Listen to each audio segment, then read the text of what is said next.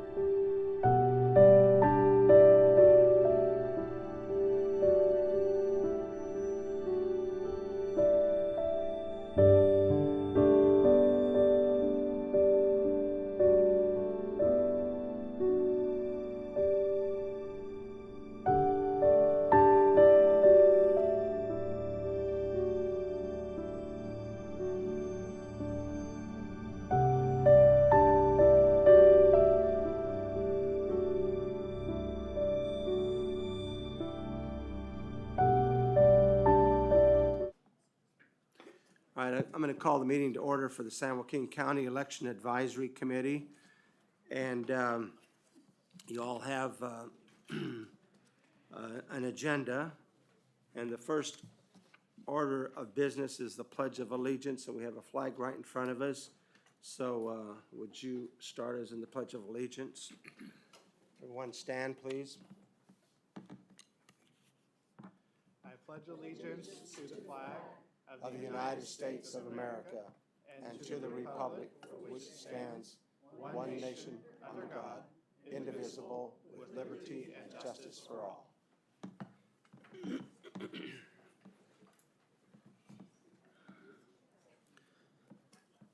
And roll call. Can we start with my right with Patricia? Here.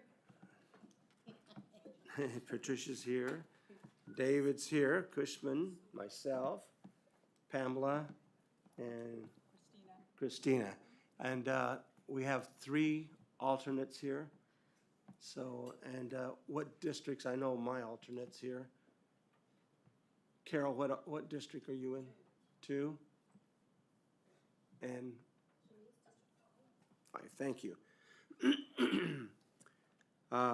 We have approval of minutes, 2 election advisory committee meetings. The first one is November 9th.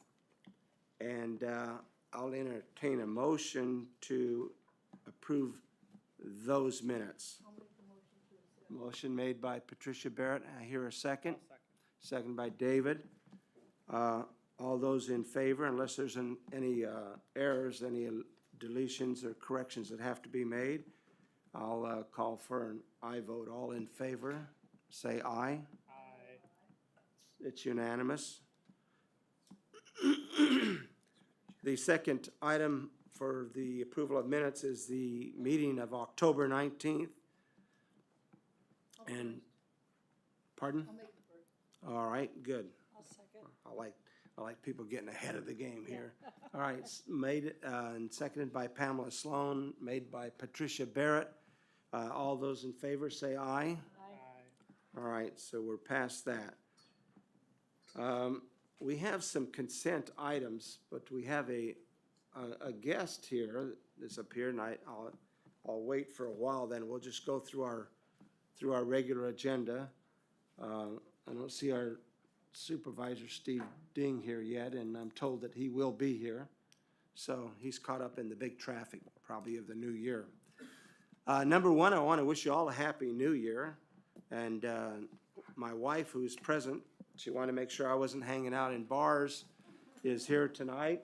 Evelia, I brought her here to acknowledge her. That's the smiley person on the left here. And as you all know, we were at the last meeting absent because we took a tour and we went on a cruise, and I'd never done that. And I will honestly say I've never seen so much food in my whole life. But we're game to do it again. But I hope you guys all had a good holidays and safe holidays. With that, we'll go into our first item of business, which is a consent item. And there's no action requested on either of these. So the first one is to receive information on the difference between poll workers and poll watchers. So, There's a handout in your packet that explains the difference between the two. It should be right after your minutes, that first slide.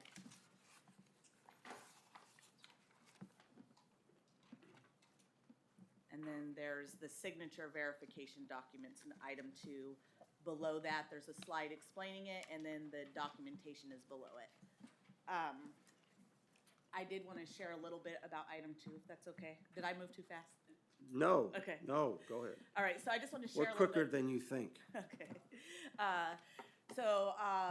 Larry Lebsher retired in 2000. This is the instructor that teaches this class for the county. Retired in 2003 from the City of Redding Police Department in California following a 30-year career with that agency. During Larry's latter 17 years with Redding Police, he headed the department's financial crimes unit, inclusive of forensic handwriting and document examinations. Following police retirement, Larry continued into private practice at his forensic handwriting services office laboratory in Redding.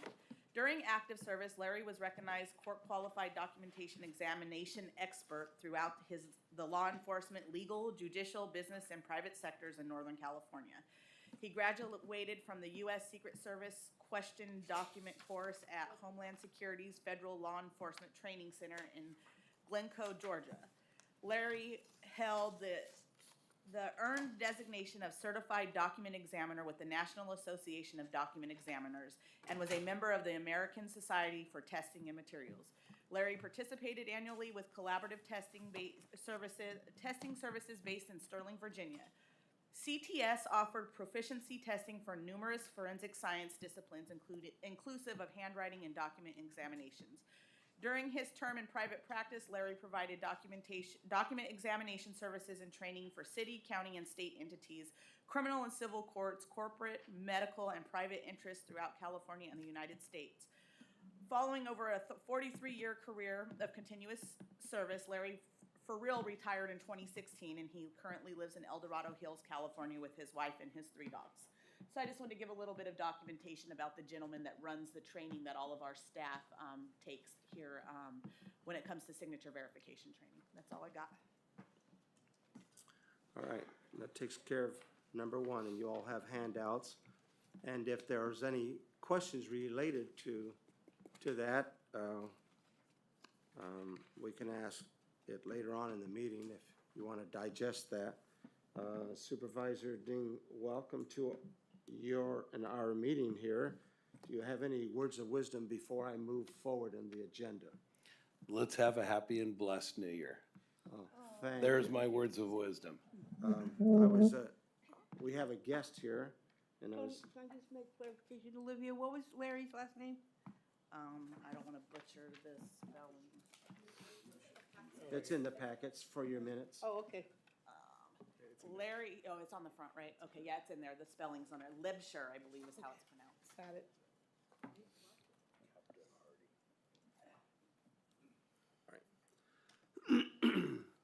All right, I wanted, with the consent of the committee, make an adjustment to our agenda.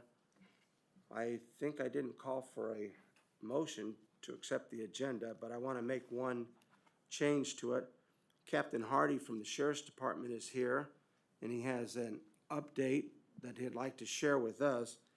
And underneath consent items number 3, or even at this time, I'd like to entertain a motion that we hear from Captain Hardy, if it's okay with the board.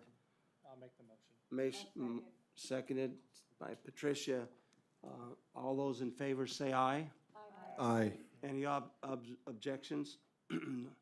Then we will welcome Captain Hardy to the podium.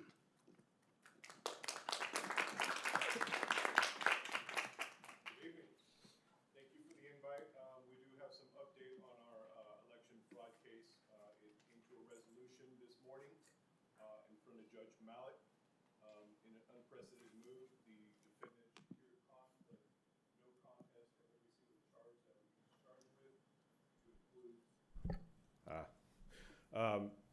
to include 71 felonies and 6 misdemeanors. 14 of those felonies were for election fraud violations that spanned from the 2020 election through the 2022 election. So we're happy to have resolution on this matter and to move forward.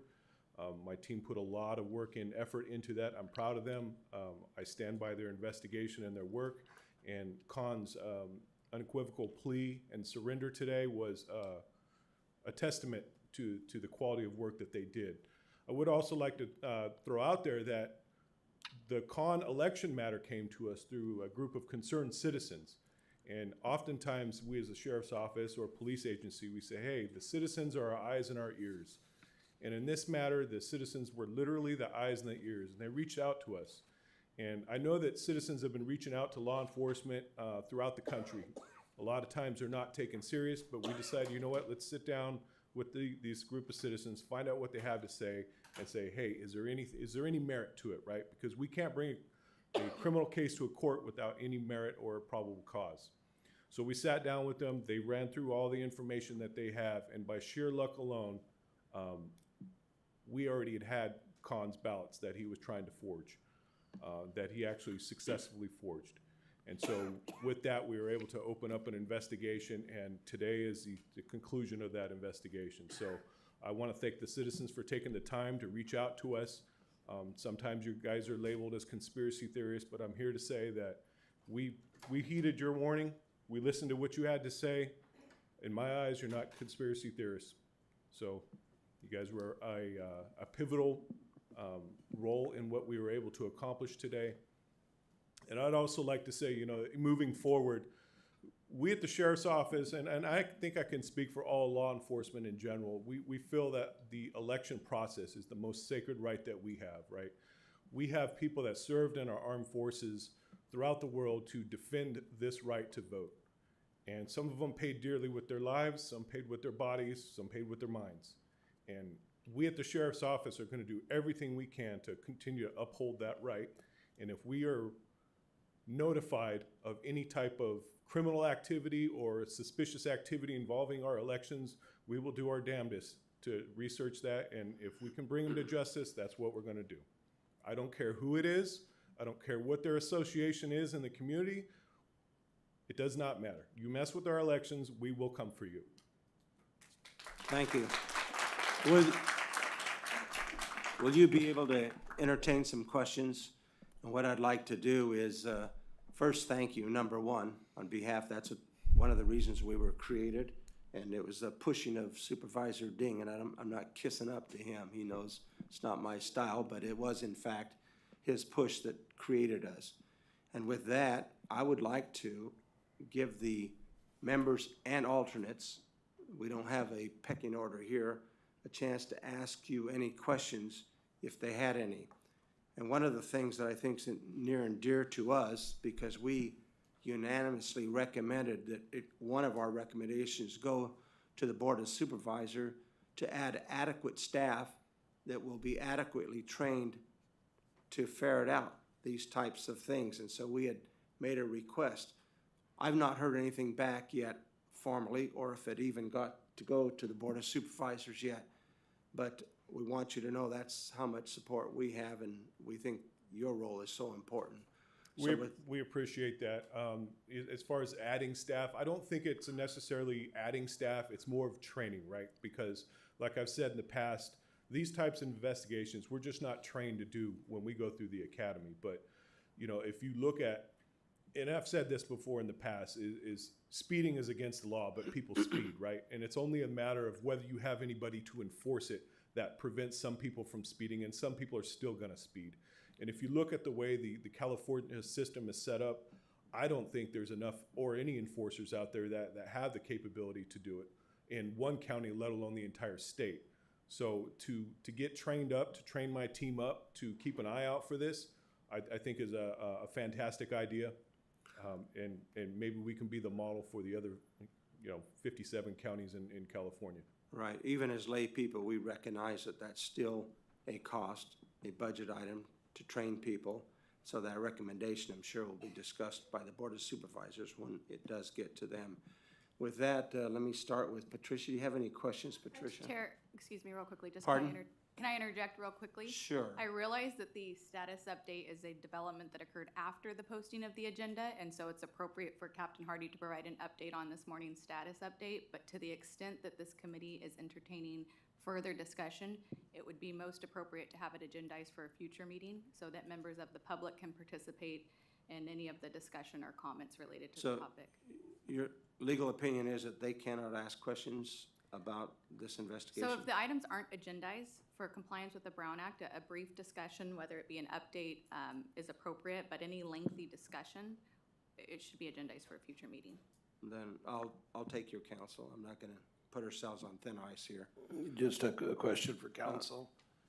Under the Brown Act, since things can be added to the agenda that are deemed in a timely and relevant manner, and given the fact that on Tuesday of next week before the Board of Supervisors, there will be a discussion item on this report, and direction from this commission is going to be reported. Would that open the door to further discussion tonight? Since the Brown Act is open, if an item can be added, if it is a timely and necessary event, which obviously we didn't know that this court decision was going to come out this morning. Right, I understand that the new update was just this morning. However, I guess the question would be, or there would need to be a finding that the action needs to be taken today versus agendized for a future meeting, which it sounds like I wasn't under the impression that there was going to be any action, but in any event, if there is a formal recommendation to be made by the committee today related to the con matter or sheriff's update, then no, it should be agendized for a future meeting. Then I don't think it makes the finding of an emergency basis. Let me rephrase the methodology in which I'm going to approach. If they have any questions of curiosity without taking formal action as a committee, I think it would be appropriate for them to ask a question. It is not something that would be in violation of the Brown Act. If I ask the captain, how is it, something related to the investigation? I don't have any specific questions, but questions related to our duty, they might ask. And it is not something that would be a surprise and a violation of the Brown Act. That's not my So it's certainly a gray area, right? To the extent that I know in, for example, committee comments, if you have questions or you would like further information from staff to report back on at a later meeting, that might be acceptable. But to the extent that this is an item that has not been agendized and you want to engage in a robust discussion, whether it be a Q&A setting or format or just a traditional discussion in which the committee members provide comment, the appropriate approach would be to agendize for a future meeting. So your opinion is lacking any action, questions cannot be asked of the presenter? I mean, what is the intent of the questions? Are you seeking a response and then a robust discussion? Or is it just posing the question and then later asking Captain Hardy to come back at a future meeting to elaborate on the questions or the issues that you've presented? Not being a mind reader yet, not understanding what they might want to ask, but I'll suppose one for you. There were other allegations of criminality, and I might want to know, because it's public information now, was this all bundled into one case because he had other, besides election tampering, fraud, whatever he agreed to, which is all public information, there were also some other criminal allegations that were with him. Were they bundled together for his conviction? And Chair, yeah, in light of that example, I think the appropriate approach is to agendize for a future meeting if you're seeking that type of discussion and update from the sheriff's office. even though that's public information. Yes. That's, yeah, my If I may, Chairman, members, during public comment after the agenda item, that you can make public comments, but that won't be open for discussion from members, but would be appropriate for me, in light of this report, to mention that next Tuesday at the board meeting, we've been waiting for the conclusion of this case, along with the recommendations from the board tonight. There will be a discussion item on next Tuesdays about the primary election 2024, and also a discussion on ballot box security, hours of operation, and the staffing of those drop boxes to treat them as a polling location. I don't know what's going on with this microphone here. So I can just leave that there as a public comment so that there will be a future agendized meeting next Tuesday. Yes, and to be clear, you're speaking of the Board of Supervisors' regular agendized meeting. So it would be something that if this committee. I think let him have your full attention here, just. Yes, as public comment, you can make the notification as to what you plan to agendize for the board's regular meeting on Tuesday. All right, I have one last question from legal counsel, and then I'll move the agenda. We have an opportunity for the public to make comments and questions. If this comes up, are you saying that they would be precluded from touching this subject as a matter of discussion? No, so the agendized item for public comment is for items that are not agendized on tonight's meeting. So the public would have the opportunity to raise questions, make comments related to this issue or this topic. However, because it's public comment, it's not something in which the county staff would have to respond to for sake of that public comment piece. I'm kind of slow thinking here. So you said the public comment is limited to non-agendized items? Yes.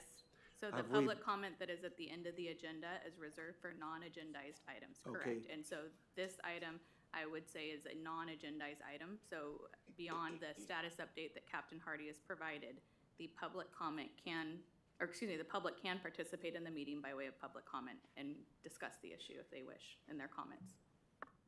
Okay, so you're saying that if they have in the past discussed items that we have had on our agenda and they're agendized and not non-agendized, you're telling me that they cannot speak? No, that's, yeah, they have the opportunity I'll in let tonight's. counsel answer for me, please. Okay, sorry, Chair, no, they have the opportunity in tonight's public comment to speak about anything that is not agendized, which would include this item. Thank you. I didn't want them to be precluded from. Captain, thank you. With that then, and with the recommendation of the supervisor, we'll thank you so much for your presentation. We will follow her recommendation and not ask you any questions, but I'm sure more will follow. Okay, Board of thank you so much for having me, and if you do have questions I'm available to take them in writing, and I will respond to those questions as soon as possible. Thank you. Appreciate your time.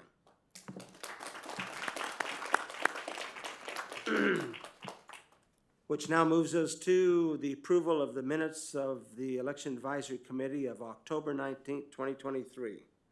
Did we do that already? We did. All right, so now consent items. We've done the poll watcher, poll workers. Now we're gonna receive verification number 2 on that consent item. No, we haven't. We haven't done 1 or 2. We did number 1. Will you help us here? We reviewed number 1 and number 2. Number 1 was the difference between poll workers and poll watchers. It's the first slide that was given to you in your packet.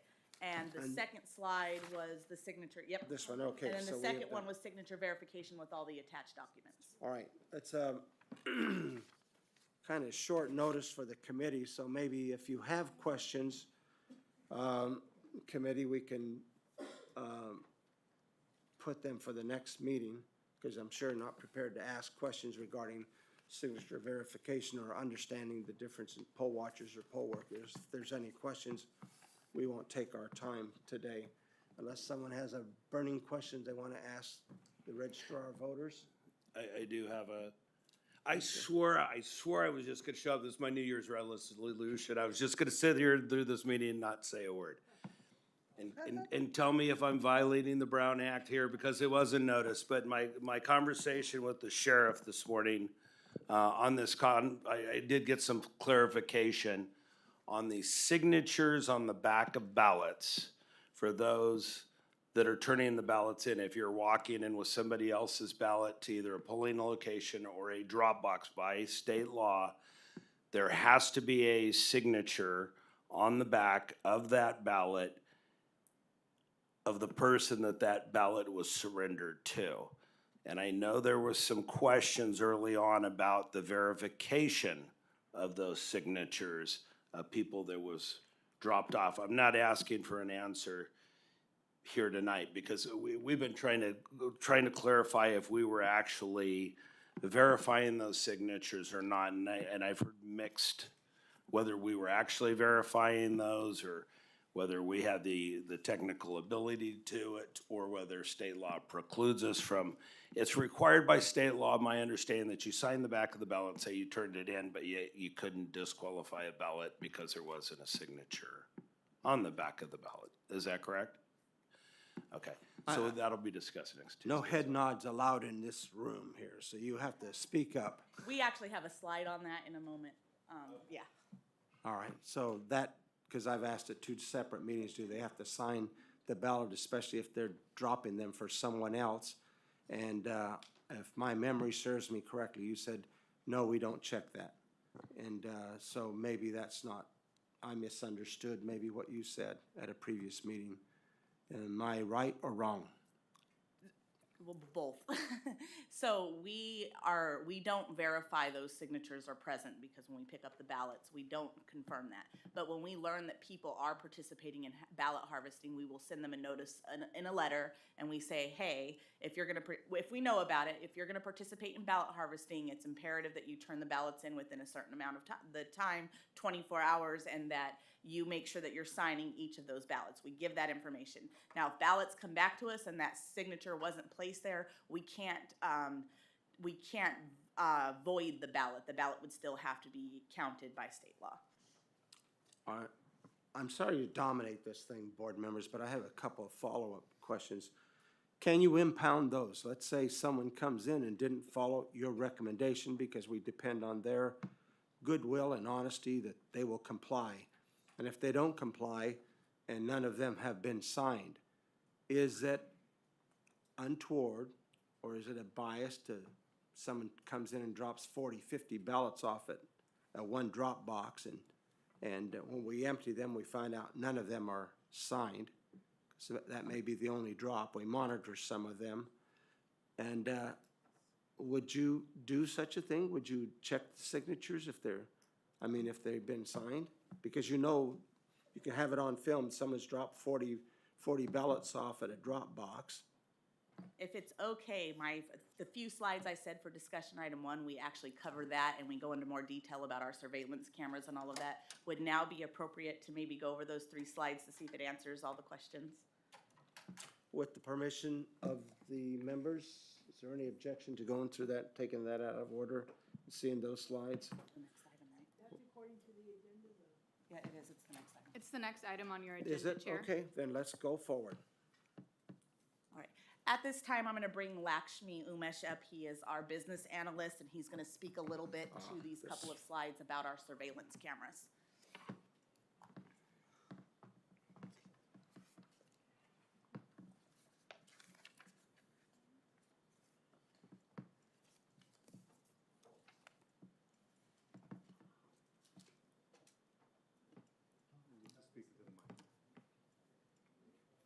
Give him this. Just give him this.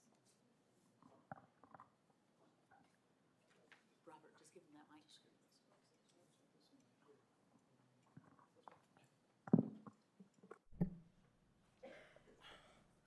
Good evening, everyone. My name is Lakshmi Umesh, business analyst. Happy New Year to all. First of all, I'm here to discuss about the Dropbox cameras we are using for our Dropboxes in the upcoming elections. First of all, I would like to go with the specifications of the camera that we are deciding to opt for. This camera has a pole, and that would be mounted right on the top where we have antenna to catch signals for like the data signals and the antenna signals to have the video going, the footage storage, and other such kind of stuff. And the installation is really simple. It'll be towed. That's a trailered camera, so that would be towed by any vehicle that can be towed. And as you can see in the second picture right there, it can also be towed by a SUV. And all of the equipments that is installed in the box on the trailer, that will configure both solar panels for energy, and also it has a battery backup in the box, which is installed on the trailer. And a second backup would be on the camera itself. If someone vandalizes the box, which is on the bottom, the base, we'll still have footage on the camera, and the camera will be still running. I'll get to the part where someone breaks the pole itself later. So the cloud storage, I want to talk a little bit about cloud storage and give you a little bit insight about cloud storage. There are 2 types of storages. One is local storage in your computer, and one is cloud storage, as many of you guys know if you're tech savvy. When the security footage is connected to the cloud, mean that the camera sends footage directly to the cloud via internet connection. The footage is then safely stored in the cyberspace, out of reach of floods, fire, or any disasters, or for instance, people looking to cause trouble to the camera. Cloud storage has virtually unlimited capacity for all the footage, all the storage, and it is also easily scalable based upon our own needs. Accessing the footage from the cloud is very easy and can be done from anywhere with just the internet connection, and which drastically improvises our ability to access the footage and also monitor and review the footage. Accessing the footage from the cloud can be done also from our websites once we store it and then publish it. Cloud storage is safe from all physical threats, as cloud providers tend to back it up in different servers. If one service goes down, we have different servers to attain those footages. And talking about the live stream, as I was mentioning the video footage, we are planning to showcase all the 25 locations on our website. In each location, we can view the footage in thumbnails, what's going on 24/7, and also we'll have night vision to those cameras where even in minimal light, like zero light, we can still view people doing anything to the Dropbox. Talking about the angle of the Dropbox cameras towards the Dropbox, these cameras are 360 degrees. If you can go back on the slide. So these are 360 degrees cameras, and talking about their weight, they're 1,900 pounds. Suspension, they have springs and whatnot. And talking about the power, it's never going down with those watts, 100 watts floodlights on. And also solar panels, not one, but two. Why two? One is, both are running, but one is backup always. And coming about the portability, right now, what you're seeing is estimated rental total because we are renting this time because of the short notice and time crunch, and also budget, which my management analyst will be talking about it later in these slides. What we are doing is, as they are tow trailers, we are trying to move and install all those trailers in 25 locations and take it back, and the storage will be at the vendor's location and will not have a burden for storage. However, in the long run, it would be nice to have our own Dropboxes regarding the cost estimate and budget.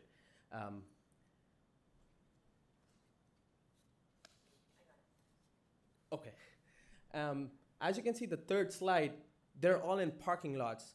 We are trying to accommodate Dropboxes in such places where we have spaces for Dropbox cameras right opposite to it, or anywhere near to the location where in close proximity where we have exact angle of people dropping the ballots into the Dropbox.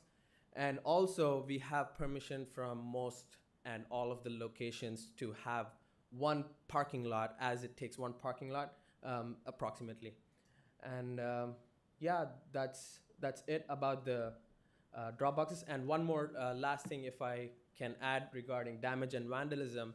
When it's damaged by natural calamity or by intention, the camera, when you're trying to vandalize anything on the base, the camera will directly turn downwards towards the people who are doing it, or something is happening over there.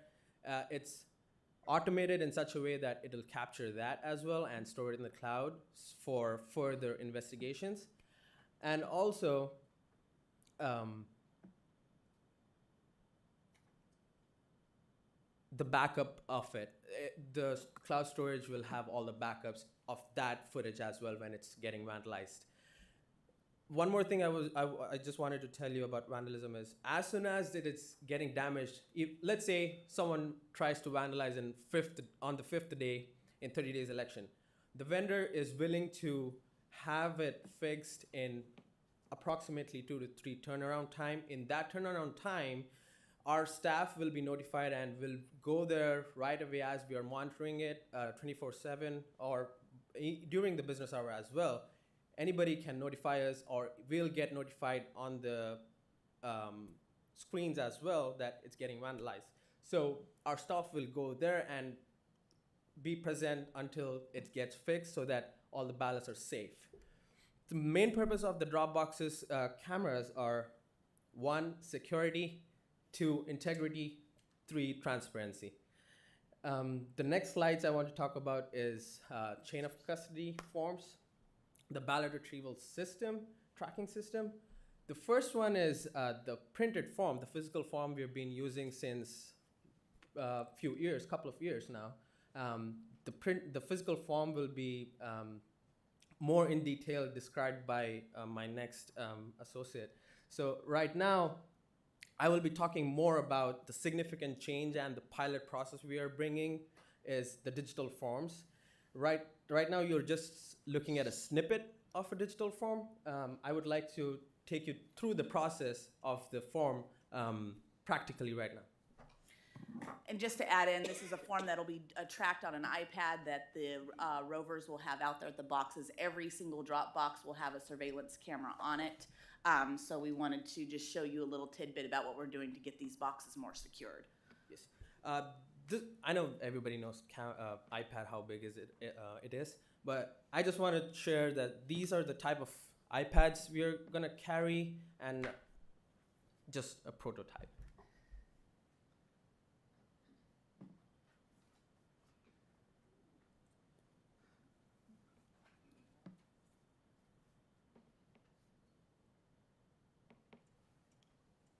So this is the first form the ballot retrievers will be using for retrieving the ballots from each Dropbox. The first field shows the arrival date and time. As soon as they open this form, the time and date will be captured automatically. Right now, this is laptop. This is just a prototype and testing. You would not be able to see it. I'll just do it for you.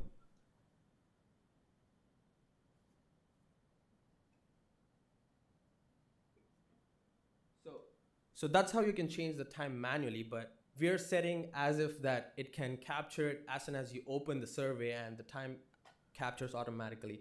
The second field is Dropbox location ID. Each ID is specific to each Dropbox, and they're numbered from 1 to 25. And as soon as you click the drop down, this shows 25 Dropboxes. And as soon as you click even one Dropbox, there shows the location automatically, so that there's no room for error for ballot retrievers to put a wrong location in there when they are at the right location. And also adding to that, we have an extra layer to that. There might always be human error, and so that we have added an extra layer. So as soon as you click that, the automatic iPad location will pop up through the GPS location.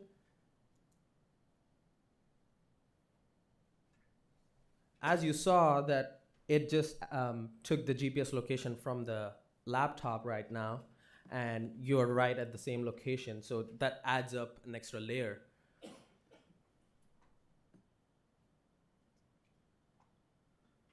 So next couple of fields are ballot box seal intact. As soon as the ballot retrievers goes to each ballot drop boxes, they'll have to check for a few things before they open up. One is seal, which they'll have on the drop box. If it's intact, they'll say yes. If no, then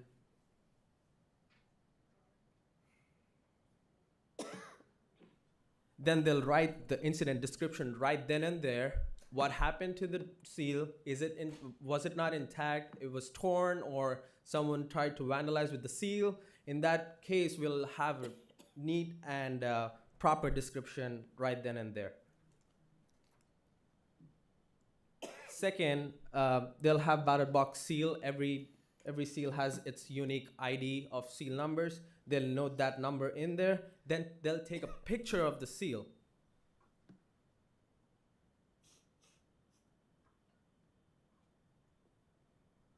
Like that, and then they'll click that picture, and it automatically saves.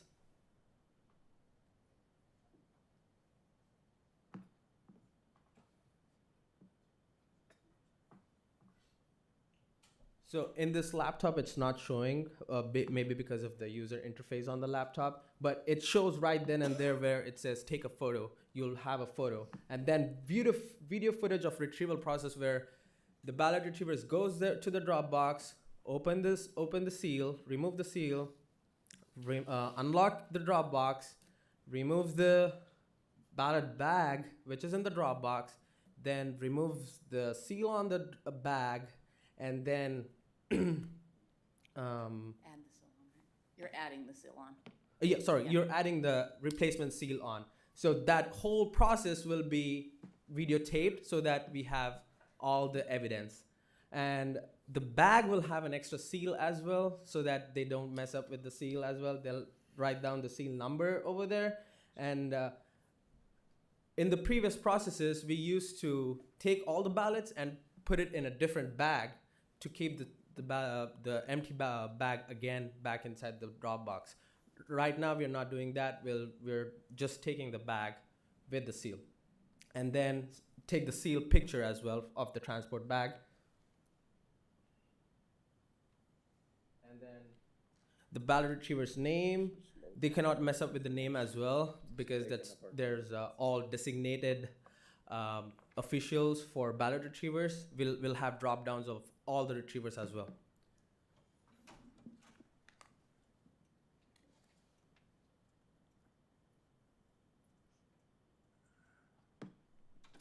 So 2 retrievers, their name drop down, then their signature, and the time and date of departure from that Dropbox location.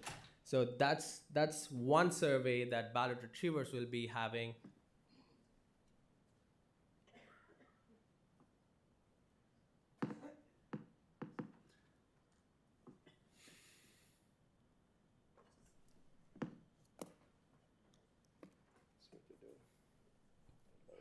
This is the second survey.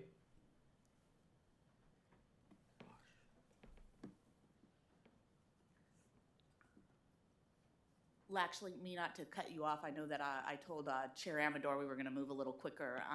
The survey that he's going to show you is going to show you that once it comes back to our department, there's a whole nother survey that's filled out by the ROV staff that does basically what he's sharing here. It's going to identify how many ballots were in that box. It's going to provide the signatures of the staff that verify that and all of that information. So it's very similar to what he just showed you, where each thing will be detailed and documented. And then from there, they're also going to do the paper form. So you will be doing the electronic form and the paper form. And then as Lakshmi wraps it up, we have Penny here. She was going to show the identifying equipment we were going to put on our rovers. They have a vest and a bag that'll clearly identify who they are with their ID badges. And not to cut you off, I just know that Chair Amador wanted to move quickly through this. Absolutely. Yeah. Thank you.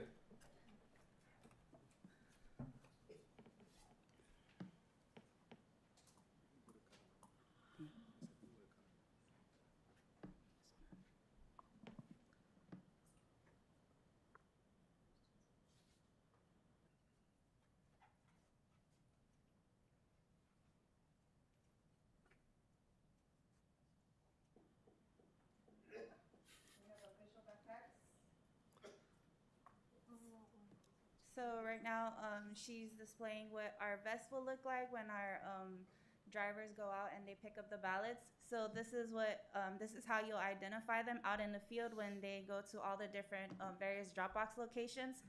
So every single one of them will have a backpack, and they'll also have a vest that identifies them when they are out on the road.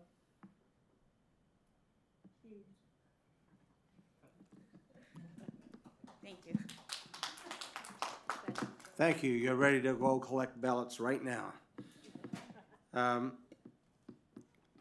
the last code was addressing your question about the signature verification, Chair. So elections code 3011.A9, the name and signature of the person authorized by the voter to return the vote by mail ballot pursuant to section 3017.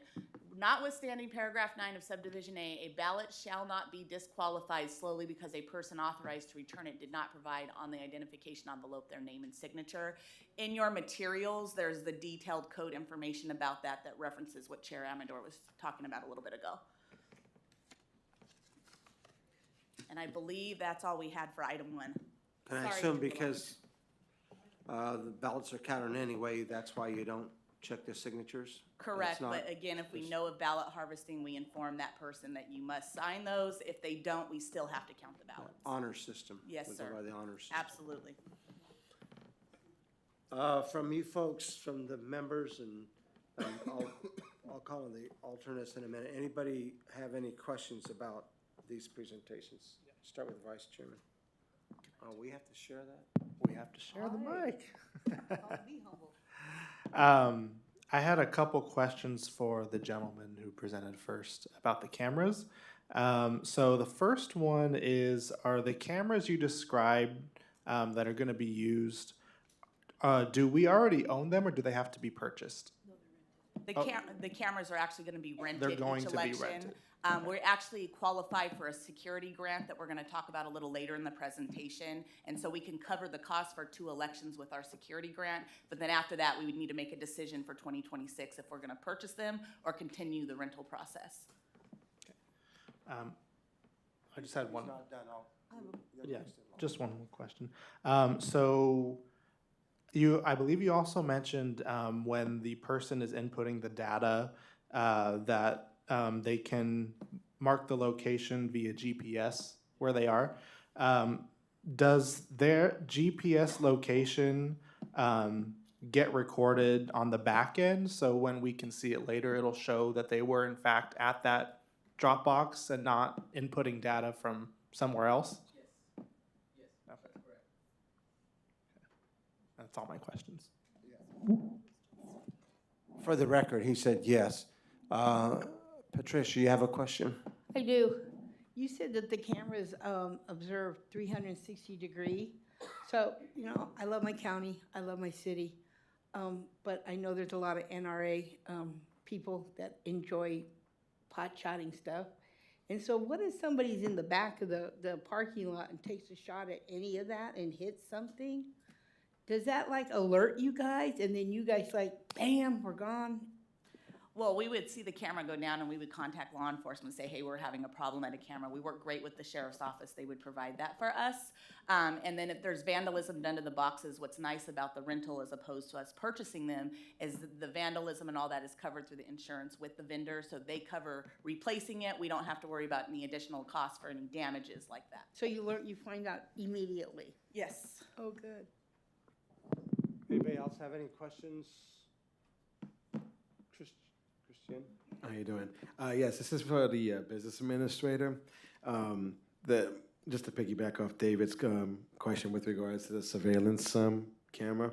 So with cloud computing, where are the cloud computing servers located? So to answering that question, it's not cloud computing. We're not computing anything. The server is just for storage, and those servers are in different locations, and those locations are connected to different servers virtually, like through the internet, and they can be stored only on the internet side. So to answer to your question, we have the utmost secure footage storage if that's on cloud. If we put it on our computer or just on the camera itself, there's no possibility that we can retrieve it when there's a vandalism. Second question, other than the county, who else has access to those servers as well? Just ROV, not even the county. With regards to the actual drive that's inside the actual camera, I believe it's at anywhere between 500 gigabytes to 1 terabyte solid state. 1 Is that terabyte. correct? Okay. When it reaches its max capacity, because that's a lot of data, Yes. does it automatically re-wipe? Like, does it wipe itself? And so that way, That's why it's cloud. So anything that's live streaming, it's going to the cloud, not to the camera. So the camera has its own storage for just backup, right? Okay. Did I answer your question? Okay, thank you. Yep. All right, we have one more question from Mr. Cushman.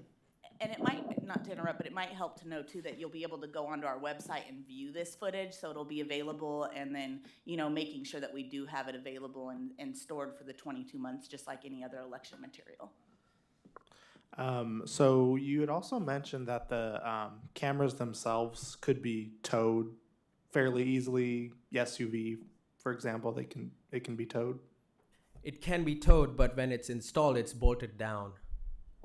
When it's installed for 30 days, it's bolted down, and the access to towing, that's just more folded inside, just for extra security that nobody tows it. Okay, again. that was going to be my question. What would prevent someone Yes. from driving Yeah. up to it and True. driving off with it? Yeah, to be honest, we have looked at all the possibilities where we can look at it as a public and not as a official. Like, what can one do when there's a thing like that, like public can throw stones, stuff like that.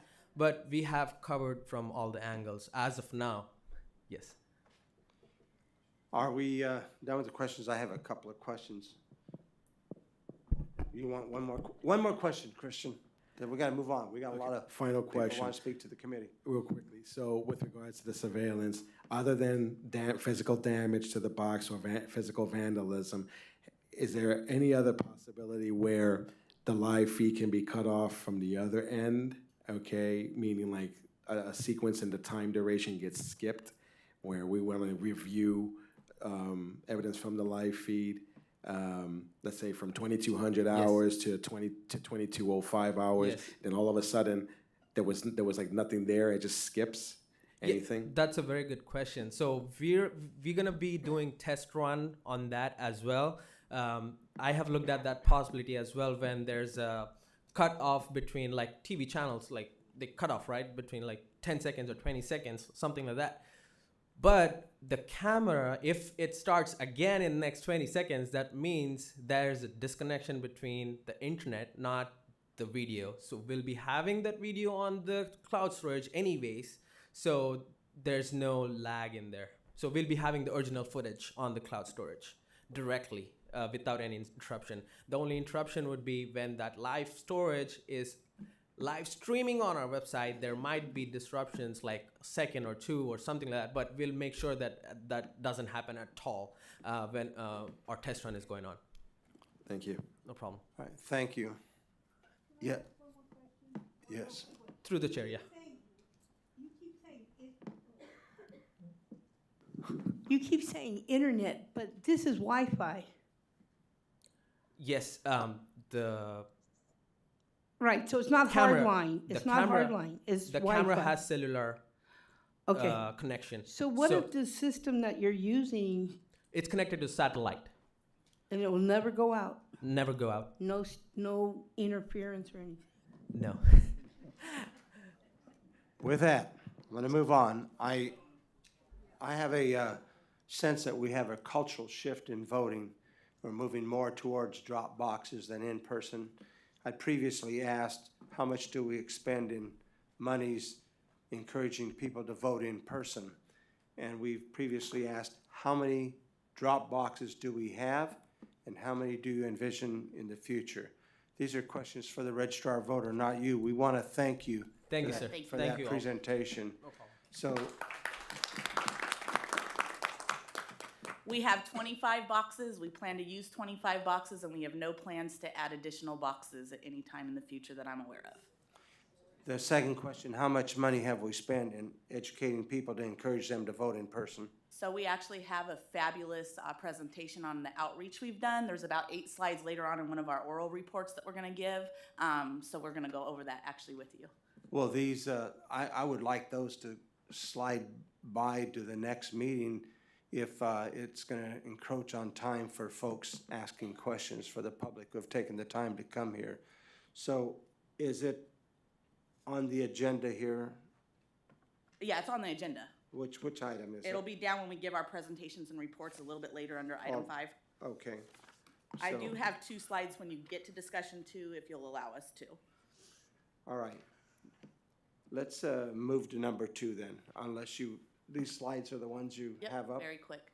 So something we wanted to share with you is California, the State of California Code of Regulations, Title 20133, Section A, drop-off locations shall be determined by the county elections official. In determining locations, the elections official shall, at minimum, consider concentrations of population, geographic areas, voter convenience, proximity to public transportation, community-based locations, security, and available funding.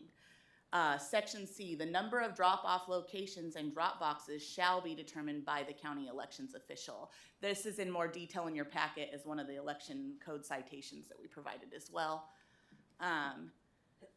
And then we wanted to talk about the drop boxes at police stations, and so the concern is, it says in section 18544, we actually provided the code citations 18540 through 18548, courtesy of Supervisor Ding's office. They asked us to give that to you, but we're gonna specifically drill into 18544 here. Any person in possession of a firearm or any uniformed peace officer, uniformed peace officer, private guard or security personnel, or any person who is wearing a uniform of a peace officer, guard, or security personnel who is stationed in the immediate vicinity of or posted at a polling location without written authorization of the appropriate city or county elections official is punishable by a fine not exceeding $1,000. This was just to kind of go into our concerns around voter intimidation, but the Oh, biggest. wait a minute. Oh, go ahead. Except in the course of your duty, so police officers are on duty. Correct, and that's why we included all the citations for you guys so you could review that. The other part to that, though, to share is even though we maybe have certain groups that are comfortable going to a police station, we have to think about the full picture of all voters and if they're comfortable, and so just supposing everybody's comfortable going to a police station to drop off their ballot would not be appropriate in the larger scheme of how everyone would feel about having to go to a police station to return their ballot. I'm appalled at that statement that people are reluctant to go to a police station to vote. I know if I were a bad guy, I wouldn't want to go in front of the police station and have my picture taken. But that's not written in the election code itself, and it says while they're on duty, so there's nothing that precludes them being placed on sidewalks in front of police stations. There's nothing that precludes it, and we're definitely gonna reach out to the chiefs of police and ask them like if that is something we could look into in the future. We're not promising a yes on police station parking lots. You know, it's definitely gonna require collaboration from police chiefs if that is an option. But something that's very important to remember as well is we are putting a drop box at every single city hall, which is where your city elections official is present. So each city clerk in each of the cities is a city elections official. So we've put boxes at all of the city halls, which are in very close proximity to their police stations. Plus, we're providing the surveillance, which is good news to help mitigate the concerns that do exist for the public. You had a question, any questions? Start with the vice chairman. Can you go, back to that slide. So it says in that code that it cannot be posted at a polling place, but why would a drop box be considered a polling place? It's not the same. Anywhere a ballot's cast is considered, anywhere a ballot's cast is what that covers. I want to be very clear about this. You are basing your decision to not place them in police stations on that language. No, that is one item that we were looking at, but the other portion is when you look at the large community, the community at large, requiring people to go to a police station to turn in their ballot is just not something that would be best for the voters at large. There might be a certain group of voters that are comfortable going to a police station, but I think that we have to think about all 380 or 65,000 voters in San Joaquin County, and depending on your environment, are you comfortable always going to a police station? That may not be the case. And also foot traffic. Like, I want to talk to these chiefs and ensure how do they feel about having a drop box placed in front of their police station with the idea that there's other things that go on at a police station, and gearing up and putting our drop boxes there may not be ideal for them. So I'm not saying we're not going to do it. I'm not saying this is an absolute no. I'm just saying that this is the information there, and we're definitely going to look into it. I'll tell you, just for myself, as a former law enforcement person, I'm appalled and chagrined that that would be the opinion of the registrar of voters, that that's not a good place to place a drop box, and that people would be opposed to it. I think the general public is in support of law enforcement, and they wouldn't be intimidated by that. Thank you. Yes. I'm sorry, Supervisor. Supervisor Davis. Well, first off, obviously you don't intend to do it because we're 3 months before the election. So if you haven't called them yet, you're not going to. So but I do agree with the register of voters on one thing when it comes to voter choice here. You know, it's kind of like you go to a restaurant, and you have certain seating, you have handicap stalls, you have, different avenues. You're talking, even though we're only required to do 14 boxes or whatever, we're doing 25. We're not talking about putting all 25 of them in police stations. So there is no reason not to utilize some of the safer venues. It also, when it talks about the placing, you kind of went over one word rather quickly that I think is the most important. It says, I can't see that far. I couldn't when I'm 20. I still can't now. That's accessible to all, but one of the conditions is safety, and it's kind of and safety. And to me, that's almost the most important issue in placing these boxes. The other thing that I was kind of surprised at today in reading through the elections code again, rather, slower, it talks about when you notice these manned and unmanned drop boxes. So, and like you just said, these are polling locations. Just like you can't go into a polling location, you pick up your own ballot, you fill it out, you drop it in, there's somebody there. There's nothing that precludes us from having a poll worker at these drop boxes. There's also nothing that precludes us, as long as they're noticed and according to the Secretary of State, of having specific hours on these drop boxes. And it also says in the Secretary of State guidelines that they are to be placed in places where they are either manned by, that there's a presence by that owner business or the elections office. So when we're talking about parking lots, I get a little concern there because they do have to be. But I guess my point is, remember why we're all here. We're here because we want to bring a comfort level back to our election process. We want voters to go back and understand that we're running safe and secure elections. And to do that, we've got a very diverse constituency we have to please. So while Tony might not agree, and I might not agree, that being in a police precinct shouldn't be a problem, some people will, and that's great.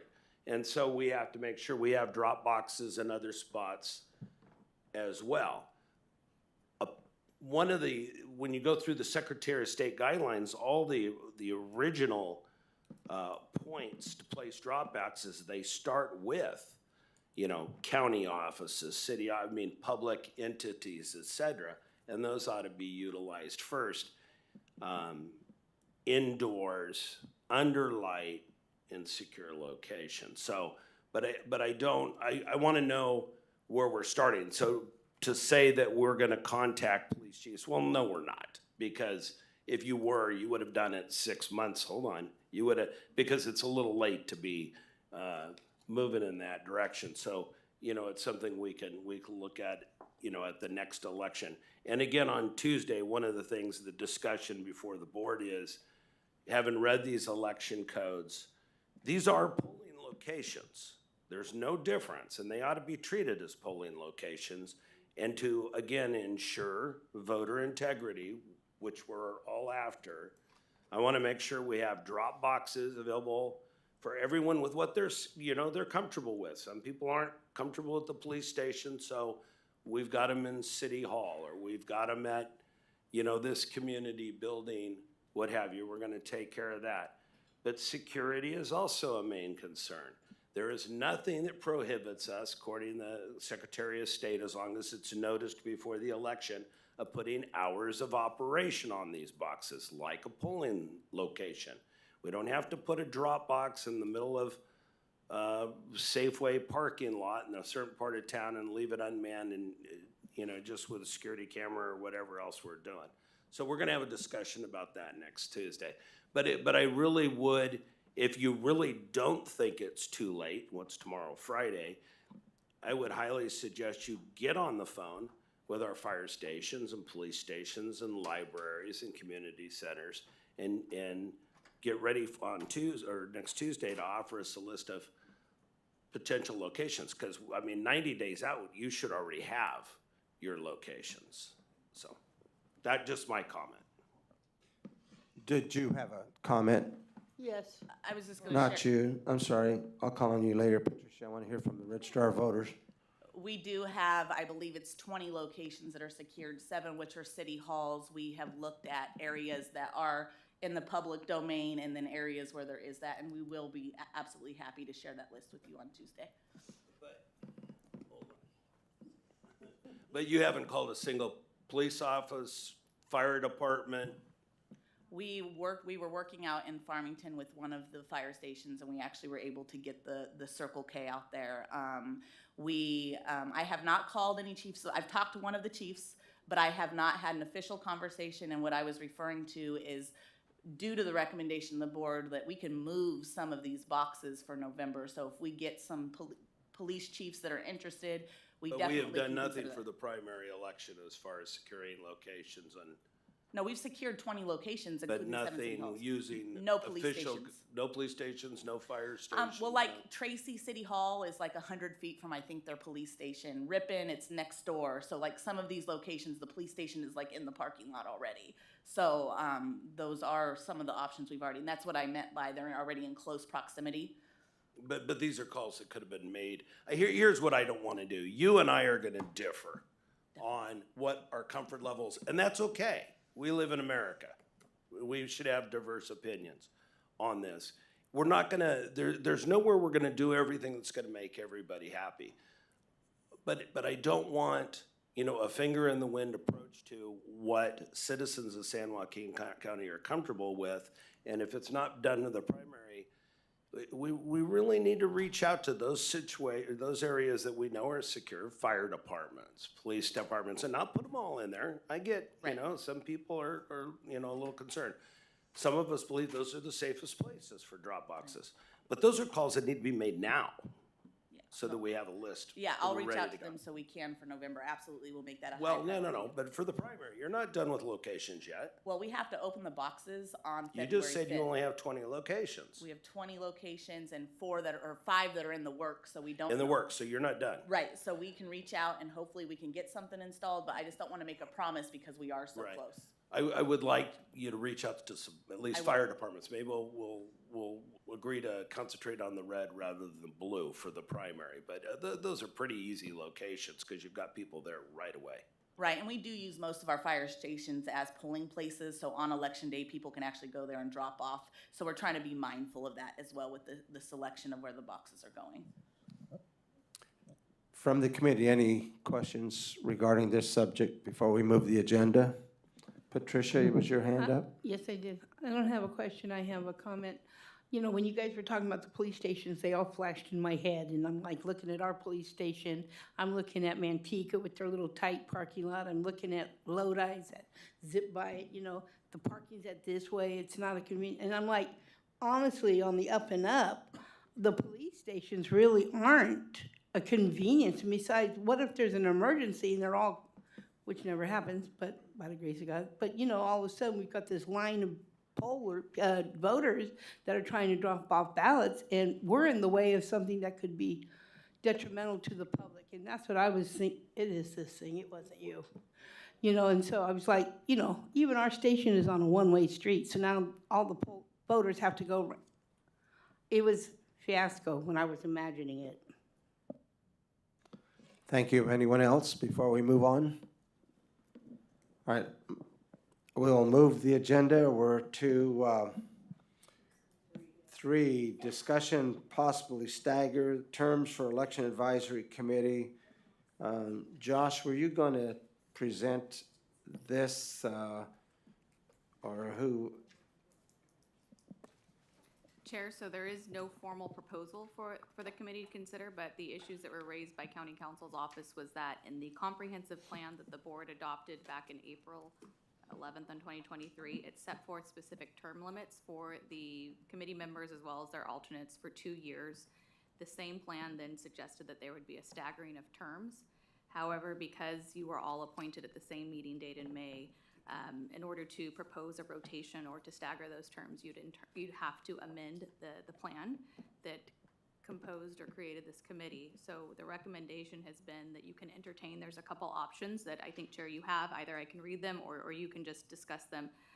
But the idea would be that this group would propose a recommendation that the Board of Supervisors would then And it would go to the adopt. Board of Supervisors, Yes. and then they would make the.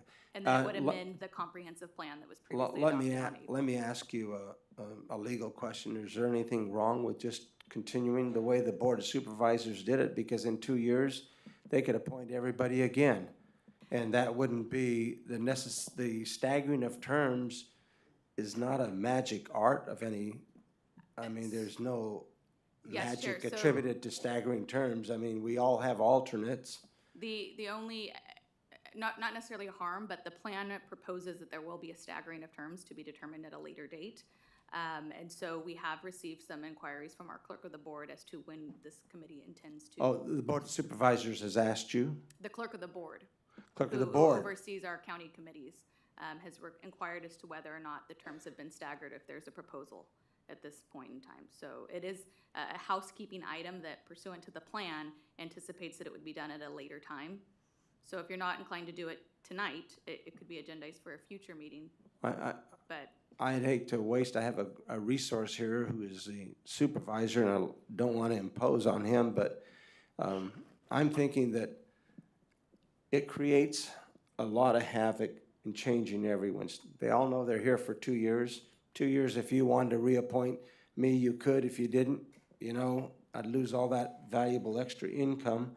But besides, and so my thought is, and I haven't discussed it with the group, is let everybody stay 2 years and let the Board of Supervisors reappoint if they want or don't appoint.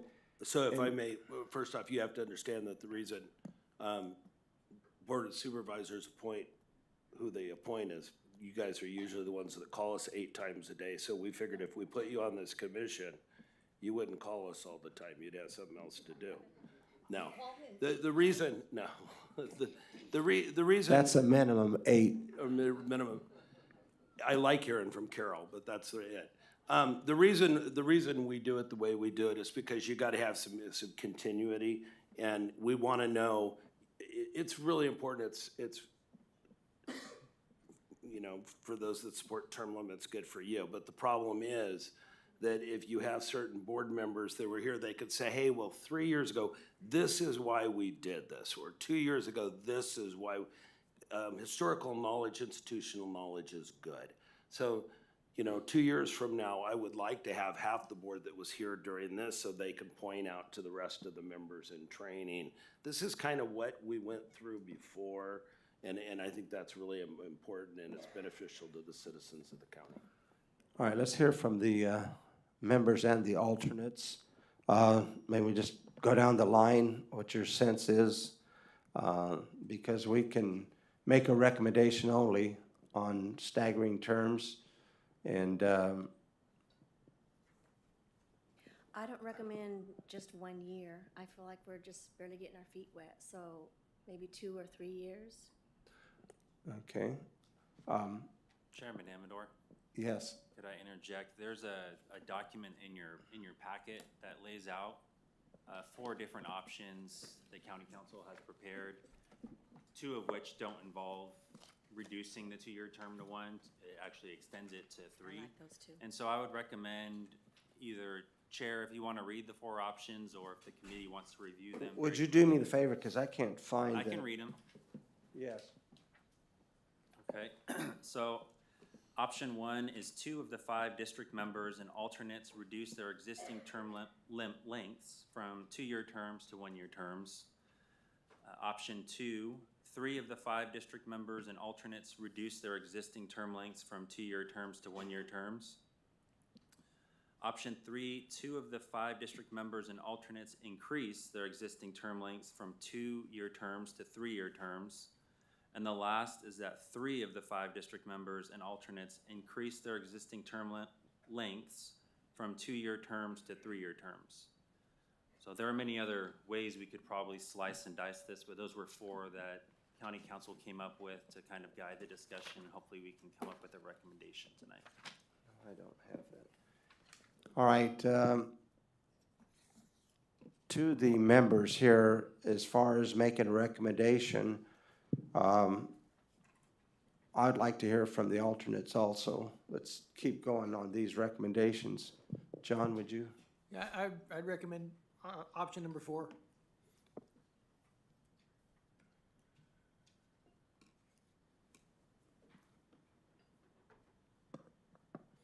Okay. Carol Hadley, would you have a recommendation? If we've served as an alternate, then can we go on to a regular member? And that would extend our time as well? Or does it, like I'm an alternate, maybe I want to serve on the board. Does that preclude me from ever going on then as a board member? These relate only to the length and. Yes, the length of time. So if I'm here for 3 years, then could I apply to be an alternate for 2 years, or I'm an alternate now? And so what are you going to do on that situation? I haven't faced Because that. alternates, we're just here if they don't show up. But what is our capacity if we want to serve longer? Does it preclude us now because they were an associate or an alternate, then we couldn't run for a full term? The plan in terms of the term length applies to the members. So I would imagine that if the members termed out or weren't interested in a reappointment for the consecutive term, that the alternates may have the opportunity to apply for an appointment as a member. Christian. Christian Santos, alternate member. I'm open to option number 3. Thank you.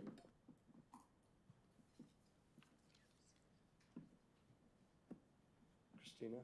You have a- Option 3 or 4 is fine with me.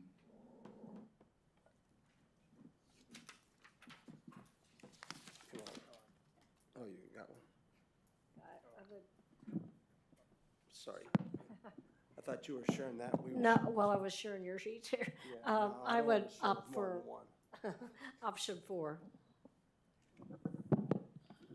Yeah, I would opt for 3 or 4. I think it would be better to increase terms rather than decrease terms for anyone. Patricia Barrett. So what about an option that says when, like say Miguel is terming out, now somebody's gonna take his seat. Why they don't have the opportunity to open up their seat on District 1, Christian's District 1, and then say, hey, I'd like to appoint somebody, and then have new applicants, plus our applications come in and say, okay, let's open up, so that the new supervisor can pick their members, you know what I mean? And that way it is alternating, but yet some of them are still here and some are maybe gone. And if you increase it to 4 years and I get tired, I might, or busier, I might want to resign. So what if it came about when the new supervisor gets elected, that they appoint that seat or open it up for a new election? So the problem with that, we have, I mean, dozens of these appointed commissioners.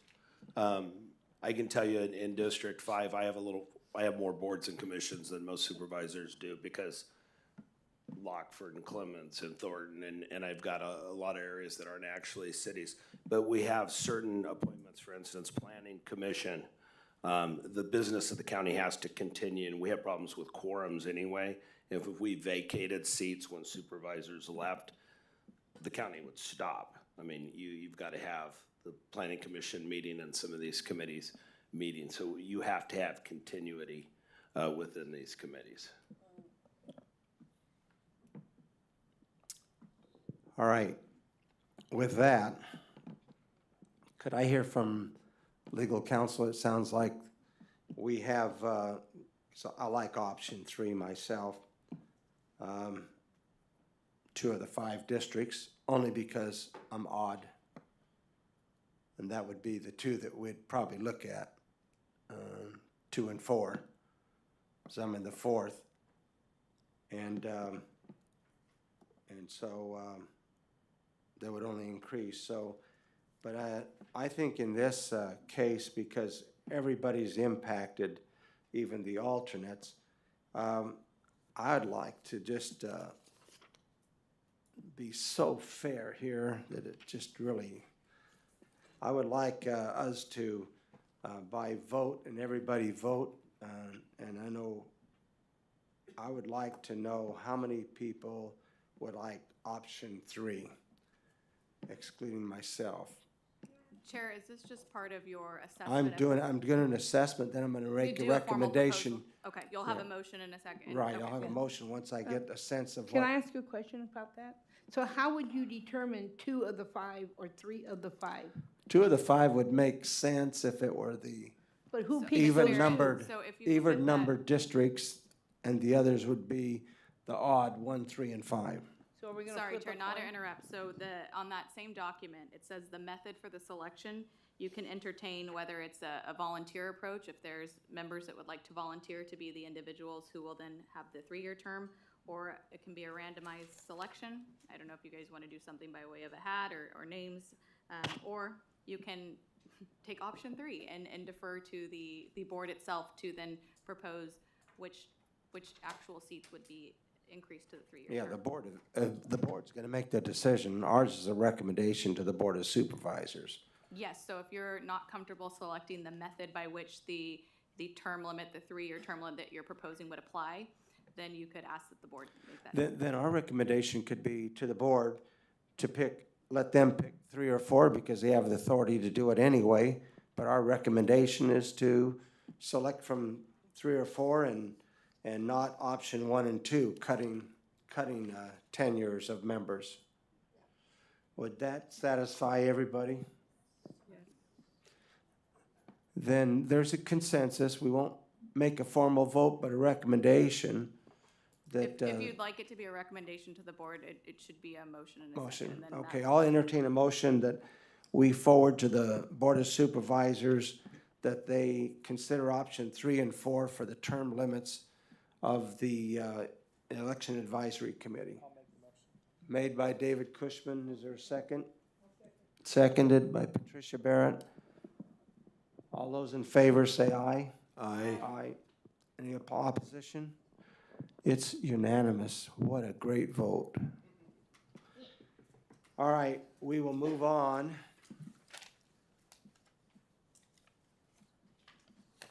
Our agenda, our next item is receive an update on the 2024 presidential primary advertising campaign, and that'll take, what, 5 minutes? That section will be a little bit longer than 5 minutes, but I'm gonna invite Penny I'm up. trying to get the public to be able to give their input. That's why I'm trying to move this agenda quickly, so we can let the public give their input. It'll go quickly, but I think it's really important information. All right, thank you. Everything is important. And this is Penny, she's from our outreach team, she's one of the elections techs that works in outreach and vote by mail that's going to present at this point. Hi, everyone. So what we're looking at right now is a pie chart of how our distribution is between all of our expenses of the different methods that we use to help promote voting in person, but also just voting election awareness, and also just letting people know that there is an election coming up in March.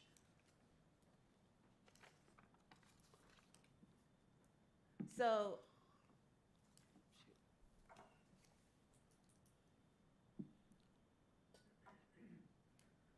we spent a total of around $211,000, and we went through radio, we did newspaper, we did TV, we did have production, we also have billboards, digital ads, bus ads, and we also got space in the arena.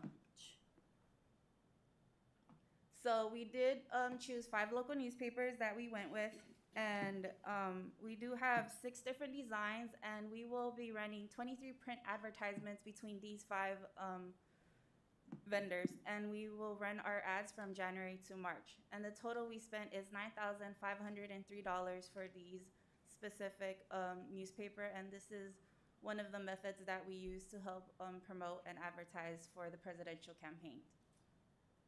And these are just an example of the different designs that we do have. We did promote the Adopt a Poll program, and we also wanted to let people know that, you know, time is ticking. The March election is coming up, to make sure that their registration is up to date, that they check their voter status. and that if they ever have any questions or they need to track their ballot, they can also give us a call or also sign up for it online. And that, you know, they can come out and vote and to make sure to let their voice be heard. So we also have bus ads. We have 40 RTD buses. We have interior and exterior ads. And these are just examples of our two exterior ads that we're actually going to be using. And we spent around $13,132 for this. And we are also working with RTD to hopefully be able to have free shuttle transportation for people on election day. So that is something that we're working on right now. And we're hoping that they're able to give us an answer maybe by next week. And if you guys are interested in learning more about that, if you reach out to Olivia, we'll be able to give you the answer by then, hopefully. So we also have attended over 25 outreach events in 2023. This is our contact information. So if there's ever a point where there is an event that you want us to come out to or that you're interested in seeing us there tabling, if you reach out to us, we'll be able to make it if we can, and we'll do our very best to be there. And we also make sure that we are actively engaging with our community. So we are out at different events such as Asparagus Festival. We have done the Almond Blossom Festival. We've also gone to the Garlic Festival. So we are out there in the community. So if you guys do see us, don't hesitate to come and over and say hi if you do have questions. We also not only try to get people, we not only promote people to register, but we also want to give them election awareness. And so if they ever have any questions about upcoming elections or any questions about their registration status or just questions in general about voting and their rights as voters, we do try to give them the best answers that we can. But if we do not know the answer, we will tell them to reach out to us or call us, and they can reach us by phone or via email.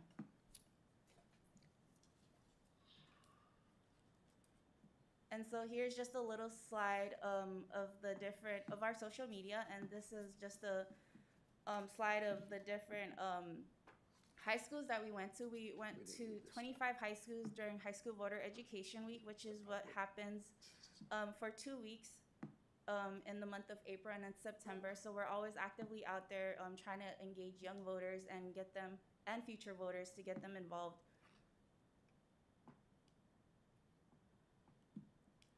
So for digital ads, we will be collaborating with 5 different vendors, and you will find us in mobile advertisements across 100 different apps. We're actually live right now on a few websites, and we have a geo-fenced area for the San Joaquin County specifically, and we are targeting 18-year-olds and up. So the total we spent around this is $27,550. So here's our a few examples of what you would see if you were to look at these websites on a computer or on the phone or tablet.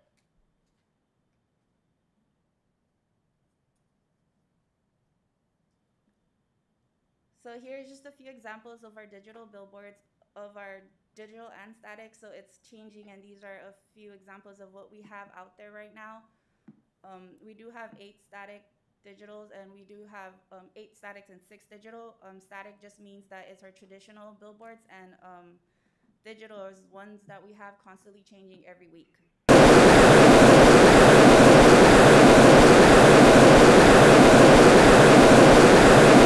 And our ads run from January to March, and we spent $42,862 for this one. Election Day is March 5th. Your ballot is in the mail. Return it by mail, official Dropbox, registrar's office, or any polling location. Vote in person at your polling place from 7 a.m. to 8 p.m. Need a replacement? Call 209-468-VOTE. Paid for by San Joaquin County Registrar of Voters. So that's a 30-second ad. We do have 8 different radio ads that will be running from January to March.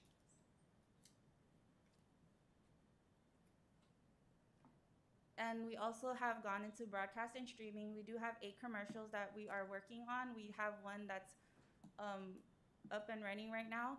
And then we have over 8,000 runs on various platforms. We spent $40,377. And on top of this, we do have it in English and Spanish. We want to make sure that it is also geofenced specifically for San Joaquin County, 18 and up. And with our broadcast and streaming, it is data-driven targeting.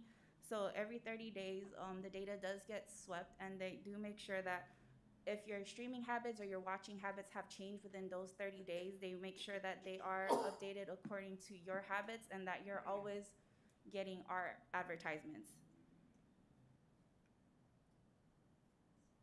So this is an example of what our first ad is. Your vote matters. Every vote makes a difference. It's never been faster or easier to make a plan to vote. Time is ticking, but you still have the chance to use your power. Check your voter status to ensure you are registered to vote, Your ballot will be delivered right to your doorstep. allowing you to vote early, easily, and safely. Cast your vote with ease. Locate your nearest ballot drop box, mail in your ballot, or vote in person. Your vote, your voice. A message from San Joaquin County Registrar of Voters. So the production company that we did go with it is a local one, so we try to make sure to keep, our businesses within our local community. And this is an example. This is our English version, but there is a Spanish version also that we do have out that's actively running. And then we also were able to get into the arena, and we have 7 Stockton King home games that we will be attending from January to March. We spent around $10,250 with this one, and we will also be tabling at 4 of the games. So that is something we're currently working on, and we'll be able to have a 30-second video advertisement that will be displayed from the center hung, which is what you'll see right there. And then on the board, I don't know if you guys are able to see it, there is the ribbon right there that will also display a message from our county, from our election official. And we do have a QR code, so if you guys could take out your phones, go to your cameras, follow us on social media. It does have our ROV website on there. It also has Twitter, X, formerly known as Twitter. We do have Instagram and also our Facebook page on there. So I'll give you guys some time. If you guys do want to go ahead and scan, you guys are more than welcome to. If you guys have any I have one question. Yeah. Total budget, $211,000 was what we spent. 211,000? Thank you. Any questions from the members? Yes, Christian. Yeah, hi. With broadcast and streaming, you have 8 commercials and over 8,000 runs on various platforms. Is one of them YouTube? So we do have one of our 2 of our platforms. I don't think it's YouTube, but they do have geofenced areas. So if we don't get them through YouTube specifically, we do get them through Apple, Samsung, and Androids. I can go back and you guys can take a look at it. So right here is a little diagram of the different apps and you could find that they'll be using to get our customers or voters. Thank you. Carol Hadley, yes. Are you going to have any other broadcasts besides Spanish and English? I know we have a big, strong Southeast Asian group, and I know in Fresno they reach out to them, and so I just wanted to know if those are the only 2. I know we do have, I think it's 72 different dialects in our county, but I'm wondering if we're having it in any other language besides English and Spanish, which I don't speak either one of, but that's okay. So there are language requirements for each individual county based on certain requirements. And so for our county, English and Spanish is what's required. For the other languages, we're only required to have facsimile books. So at this time, we're not planning to do commercials in any other languages, but it's definitely something we could look at in the future. Thank you. If there's no more questions, thank you for your presentation. You had a question? Yeah. Oh, thank you. So is that, if someone takes a picture of that right now, is that live or is it not active yet? Because I don't think it's working yet. It's a digital QR code, so it should be active right now. You should be able to do it. I will get out my phone. But if it's not active, we can make it active and it's on our website. You can go anytime. It's working. It is working. Oh, it didn't work on mine. You have to open your camera. I did. and scan it. Yeah. And then it'll take you straight to here, and it'll give you our website, Yeah. and then our Facebook page, Instagram, and, He found it. It is active. okay, yeah. It just has a should be. bad phone.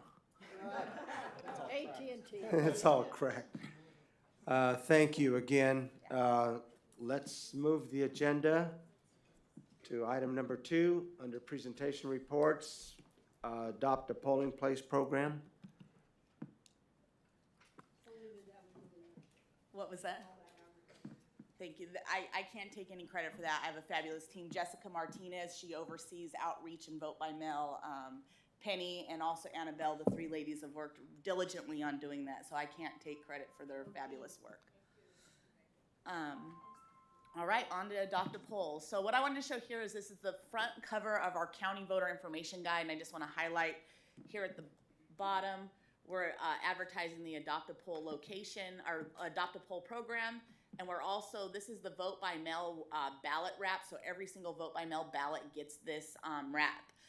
Something we did differently is this entire wrap used to just have the list of drop boxes, and we're hearing you guys, we don't want to just keep pushing Dropbox, Dropbox, Dropbox, and so what we did is we created even real estate here, so a third and a third and a third. The very top is vote in person, and that's an option. It's going to list for a voter if they are a polling location, they have a polling place assigned to them, it's gonna list their polling location. If it has, if they're a mail ballot precinct, it'll show their nearest 2 polling locations so they can go to the nearest one if they so choose.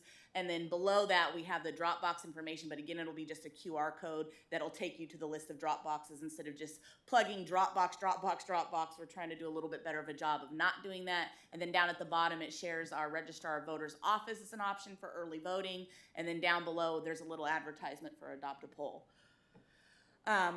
We have 2 pending inquiries on Adopt a Poll, so we had 2 folks sign up. What we've ran into is that they are signing up. We've been able to go out and do the ADA surveys and get their location as compliant, but we have locations already established for those precincts that have been used for over 40 years. So an example would be Berea Baptist Church. We've been utilizing them since 1994. We had a wonderful citizen signed up that was willing to share their church location. We were able to ADA survey their location. The good news is we're gonna use Berea Baptist Church because we don't wanna confuse our voters. We would love to have that individual and their team run the Berea Baptist Church because we just usually assign a group of workers there. Berea has not adopted that location, so we send our workers out there that have signed up.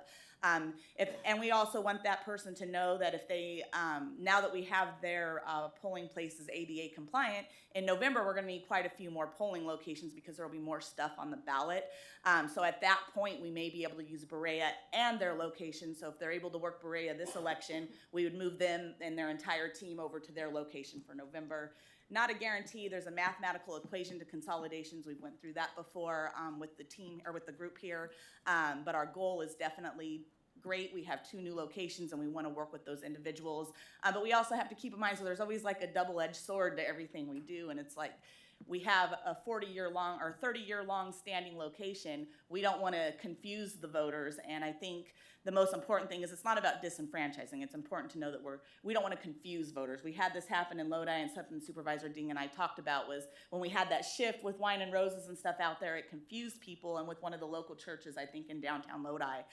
So we want to try to avoid getting too crazy with changing locations on people, but there's still plenty of locations to adopt. We don't really have people that have participated to say, I'm gonna run my church with my team. We have a few out there that aren't the brand new Adopt a Poll ideal, but they've been signing up for years and we usually assign them to their location.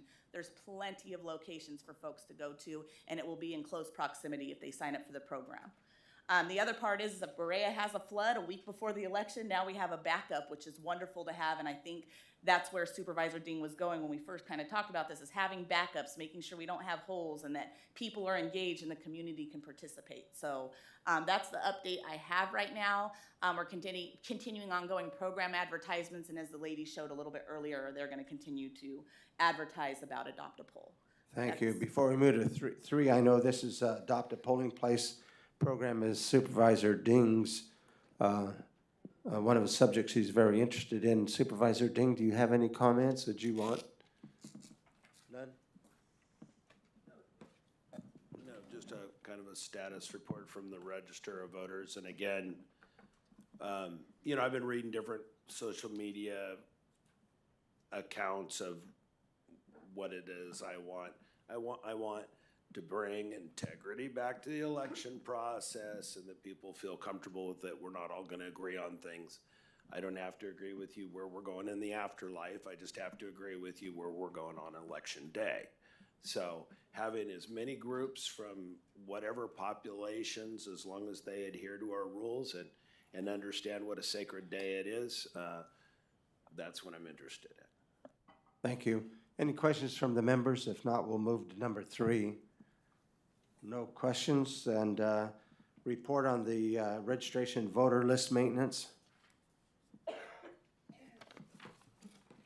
So we want to point out in the last report that you received in August, I believe, from our office, there was 395,000 registered voters. There is now 365,000 registered voters. The reason for that is because of the NVRA, which is the National Voter Registration Act of 1993. We had 32,000 voters that were moved to inactive status. Those voters are moved to inactive status when they haven't voted in the last 2 federal elections, and they didn't respond to a postcard that we presented to them in the mail.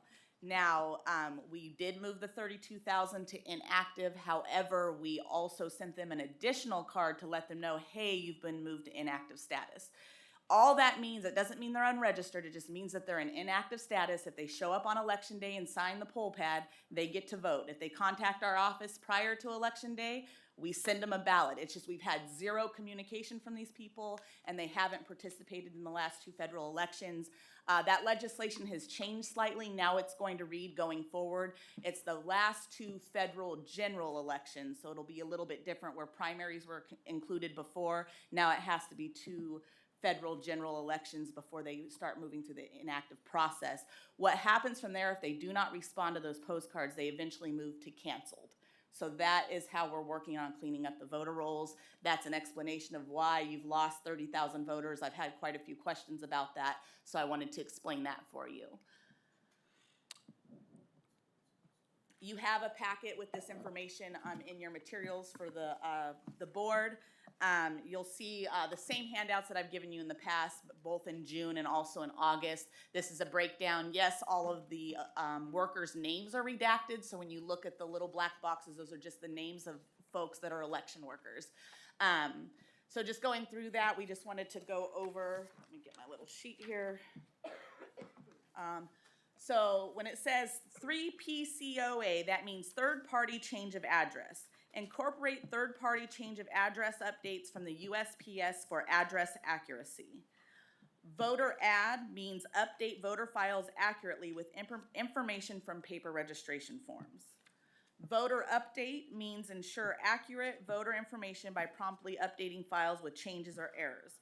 Agency cancel, which is also for deaths that occur. We handle government agency cancellations due to voter death for reliable records through California Department of Public Health. Agency update integrates timely updates from government agencies for accurate voter information through USPS. Auto NCOA and NCOA updates is referring to processing government agency updates related to the national change of address for address accuracy. And then VoteCal push voter, it's efficiently handling voters, pushing them from one county to another to maintain accurate records. So if you move from San Joaquin to Sacramento County, we'll push that voter to the correct county. And then the COVR is integrating online registrations from the DMV and from the state database to create the updates that are needed.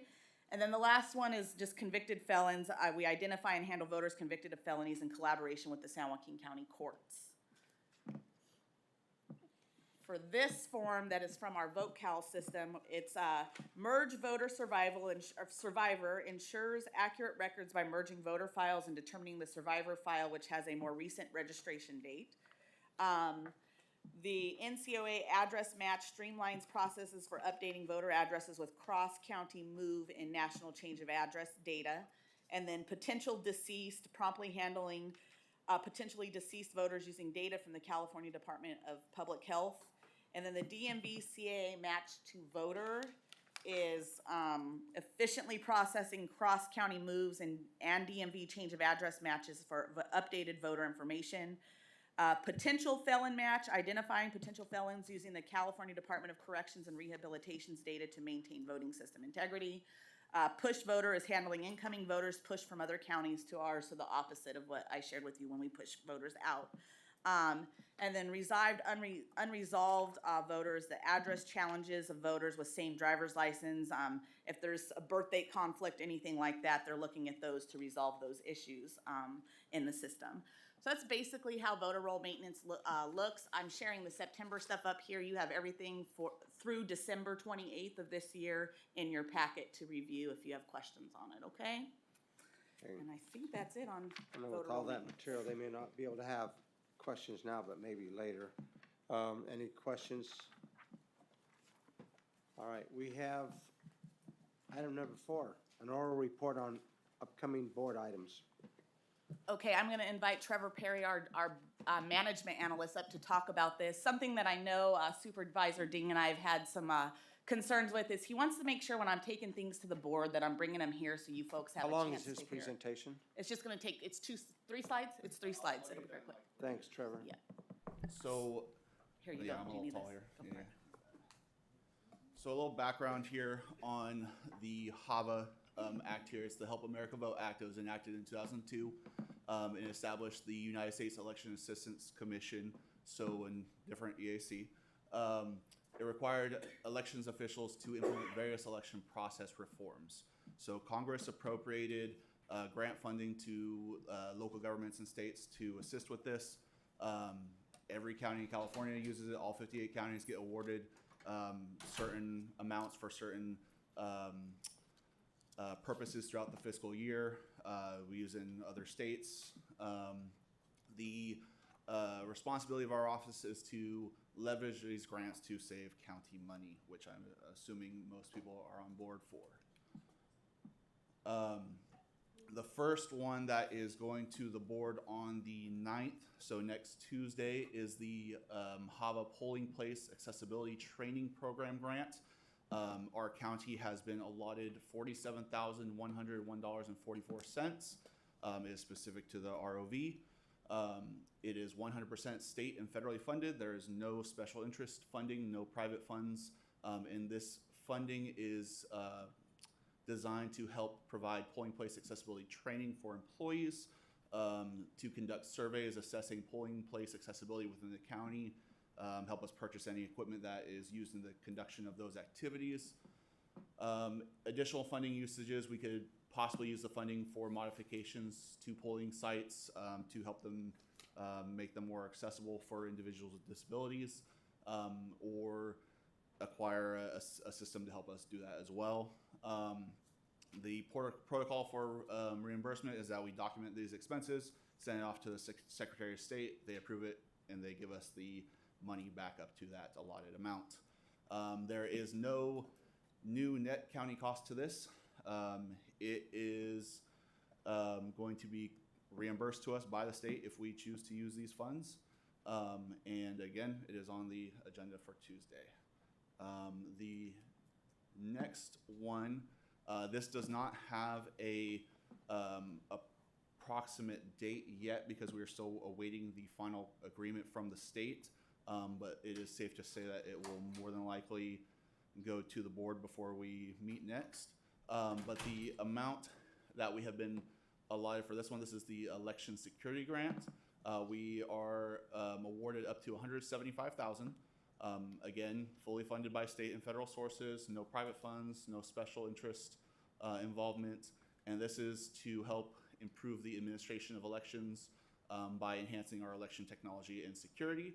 The categories are listed there: cybersecurity, physical security, security and privacy awareness training, incident response, but we have had internal discussions and we plan to use this for the Dropbox surveillance for the cameras. With this funding and the approximate cost, it should roughly cost about $80,000 per election for the cameras. This grant should fully cover our rental of the Dropbox cameras for the next 2 elections. After that, again, we discussed it earlier, if we want to get into possibly purchasing our own equipment or continue the rental, whatever works out for us as we go here. But same reimbursement protocol, document the expenses, submit it to the Secretary of State's office, and we get reimbursed for it. Again, no new county cost, and we are awaiting the contracts to put on the Board of Supervisors agenda. Any questions? Nope. Thank you. All right, we are to public comment. Do we have anybody that's signed? Yes, you have a question? I just wanted you to also be aware that in April, we will be taking the certification of the election, the certification of the March election to the board as well. And that will also happen prior to your next meeting. So I wanted to make sure that you're aware of each item that we have planned to take to the board at this point. And the election is the 5th of March, right? 5th of March, yes. So, okay. Thank you. Josh, was your hand up? No, you just, all right. Public comment. Anybody have any public comments? Nah? Let's start with Jody Graham.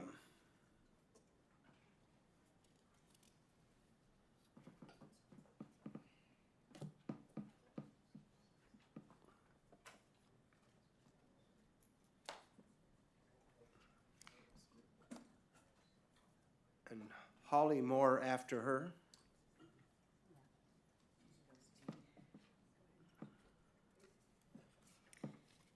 Thank you for presenting all of your ideas and all the thought that's gone into it. What we wanted to talk about is during the 2022 election, there were 25 ballot drop boxes, as you know, located throughout the county. The boxes were located inside businesses and only open during those hours of operation.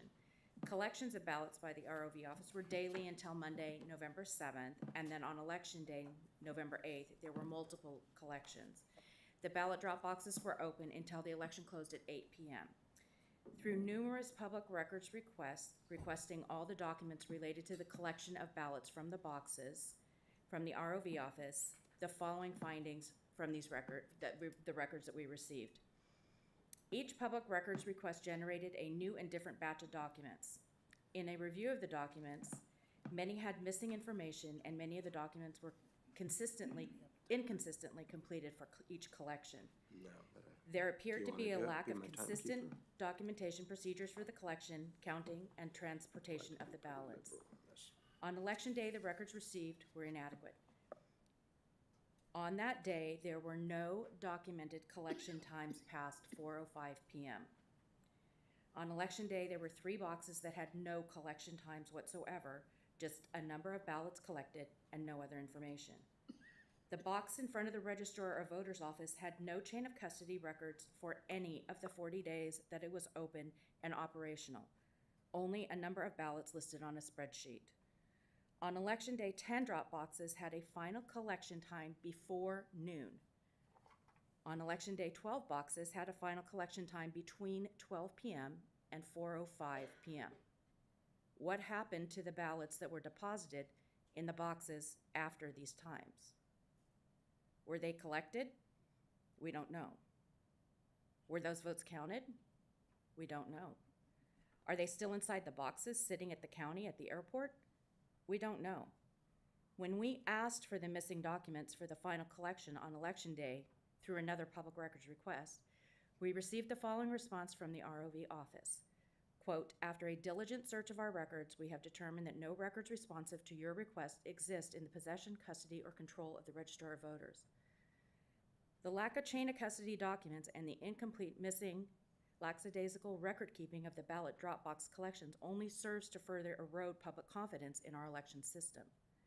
The idea that we now will have more and larger drop boxes and that they will be located outside and open for 24 hours a day is troublesome. If consistent and complete records can't be kept for 25 ballot drop boxes open for 8 hours a day, what will more of them bring? Logic would say if you can't manage the ones you've got, don't look to add to the problem. Reduce the number of boxes to the mandated by law, 14. Put stringent procedures in place for each collection of ballots. Have a person at the office verify the numbers daily and double check that all records are correctly completed and the date stamped the ballots. Treat each of the ballot drop boxes as if it's a precinct on election day. Remove the wheels from the current boxes and place them inside police and fire stations. Our ballots should be collected and processed with the sacred care that our forefathers secured for us as citizens of the United States of America, the right to vote for our representation and to have that vote counted. Thank you. So before I begin, let me set this up.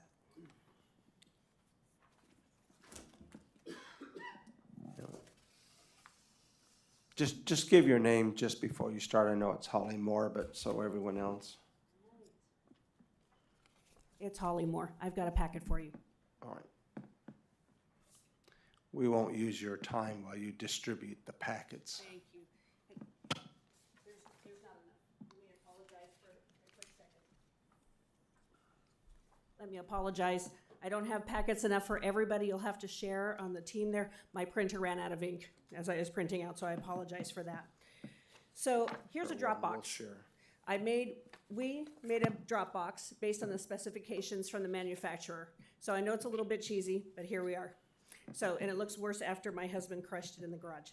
So, okay. So this Dropbox capacity per manufacturer specs is 1,542. And that's what it says on the packet that's coming around to you. So about 1,500 ballots is what this holds. And we actually made ballots and put them in envelopes and stuffed it in to verify that. And it holds about that amount. So that's about good. That's about right.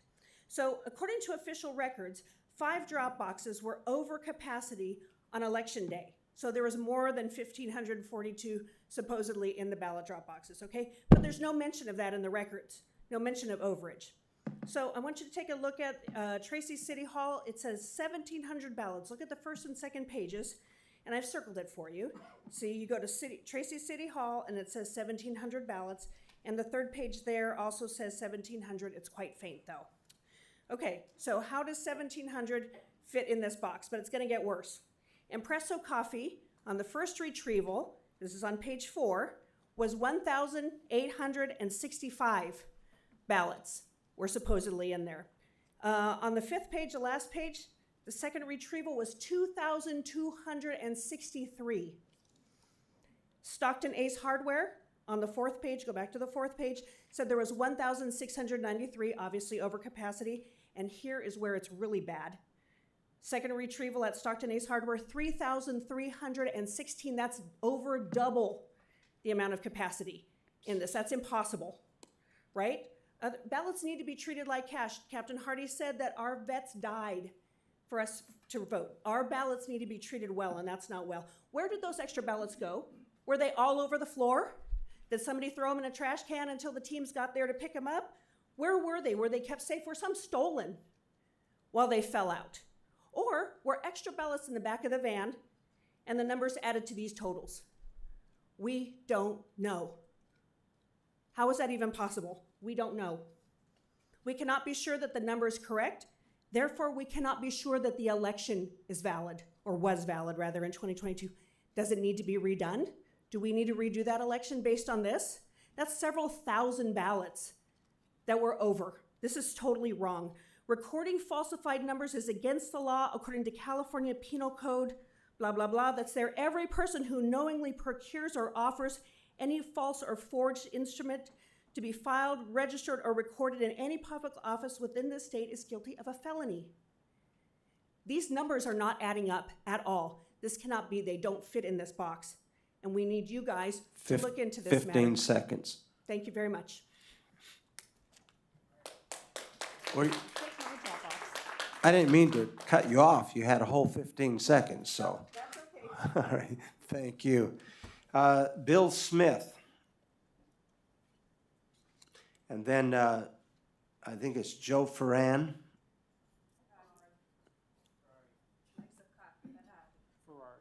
Ferrari. Oh, okay. That's a nice name, Ferrari. I'm Bill Smith. One of the things I want to talk about is our relationship. Our relationship with the constituents and the ROV is deeply troubled. You know, she needs to get along with everybody here, and we need to get along with her. There needs to be absolute transparency, because the thing that really bothers me is this election that's coming up is the biggest election of our lifetime. Every person in this room, it's the biggest election of our lifetime, and we can't get it wrong in any way, shape, or form. There can't be missing ballots. There can't be misplaced ballots. There can't be any hanky-panky whatsoever. It has to be done by the book to the letter. So communication is key. When one of these constituents says something to Olivia, it shouldn't be a banter back and forth. It should be, how can I help you? How can we get this resolved? How can we get it done? And the fact that we have 25 drop boxes and we only need 14 really is not fair to the constituents, okay? Voting in person, voting at polls is the way it should be done, is the way everybody knows it's been done that way for years. And I just think that communication between the ROV and the constituents and the people that are mostly vested in having this take place, it needs to be a lot more cordial, at least a lot more friendly, because this next election is the one that's going to mean it all. Democrat or Republican, it don't make a damn. The point of the matter is, it's the most controversial election of our lifetime. That's all. Thank you. Joe Ferrari, and then David Robb after. Good morning, or good evening. Olivia, in your 9/25/2023 dated response letter to the public records request, in which I asked for copies of tabulator tapes, poll tapes, and similar data produced by the hardware and software of elections tabulation systems and vote center and polling place tabulators under the control of the San Joaquin ROV from the year 2020 to the present, what was your response? Your response, not that of the county council, yours. Well, you said, the requested records/documents are sealed, and access to them requires a court order by a judge in accordance with applicable laws and regulations. And at one point you stated, quote, sealed records are protected by law to ensure privacy, confidentiality, or other legal considerations. If those were real laws and regs, then why didn't you cite them? If you don't let the county, if you didn't, why, in other words, why didn't you let the county council cite them if they aren't made up laws? And if they are so confidential, then why in 2022 did the North Carolina State Board of Elections state in a Q&A document, quote, question 3, can the county get a copy of the zero tape after election? Yes. The answer was yes. A nonprofit watchdog group obtained a letter, a nonprofit watchdog group obtained a copy of the tabular tape in Wisconsin in 2022. Gateway Pundit has an article on this. So what are you hiding? You owe me a copy of the requested tape. Please produce it by next Friday. I also have an issue with the county council stonewalling the release of the DFM Associates training materials and material from my August 31st, 2023 records request. These types of documents, according to the Secretary of State's directions for certifying a voting system, are public records. Public records. It doesn't matter the model or the system. Yet the county council stated in October 4, 2023 dated response letter to my records request that the requested manuals were subject to trade secrecy laws, yet the state certification process allows for redacting of sensitive details. I cited exempting statute refuting this in my rebuttal letter. What I found annoying was when the council appeared to stretch the truth, stating, quote, your citation to new statutory provision concerning certification of a voting system by the Secretary of State does not apply because that statute applies to new EMS systems and to a different model than that of the DFM. To show public record status, I cited the state's publication, not a statute. And if it's real statute, why wasn't it cited in the letter? That's usually customarily done in those types of letters. All systems are new before they are certified. 15 seconds. Please produce the manuals you say the county doesn't have, even though the ROV staff needed them to be trained with by next Friday. Thank you. Thank you. Let me just make a comment. When we refer to the Registrar of Voters Office, we don't need to refer to the registrar voter herself in person. There may be decisions that she's making recommended by legal counsel, maybe by her supervisor, Jay Wilverding. And so I would like the decorum to not personalize it, but we have legitimate concerns. The public is obviously concerned, and so we refer them as a registrar of voters office because it could be someone else. We have now David Robb.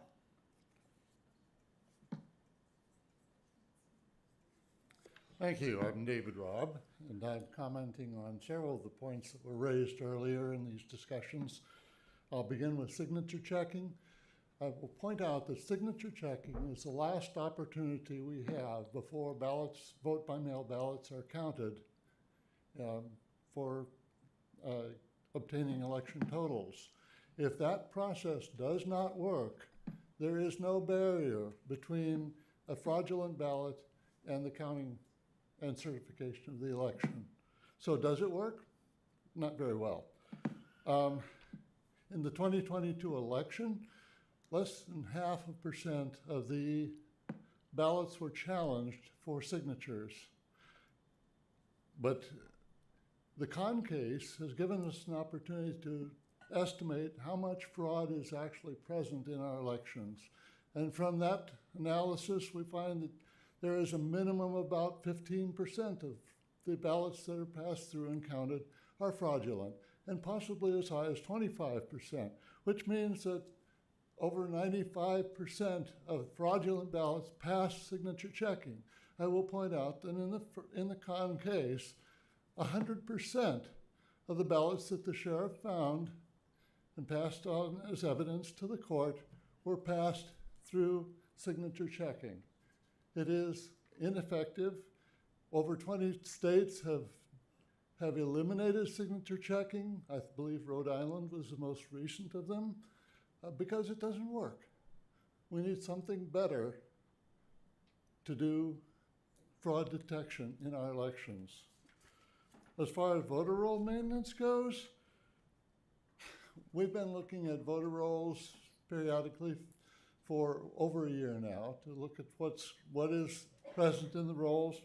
There are a number of anomalies, a number of problems that have shown up.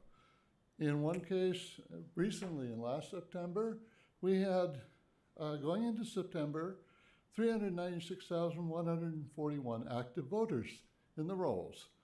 Mid-September, that number dropped to less than half, to 203,525.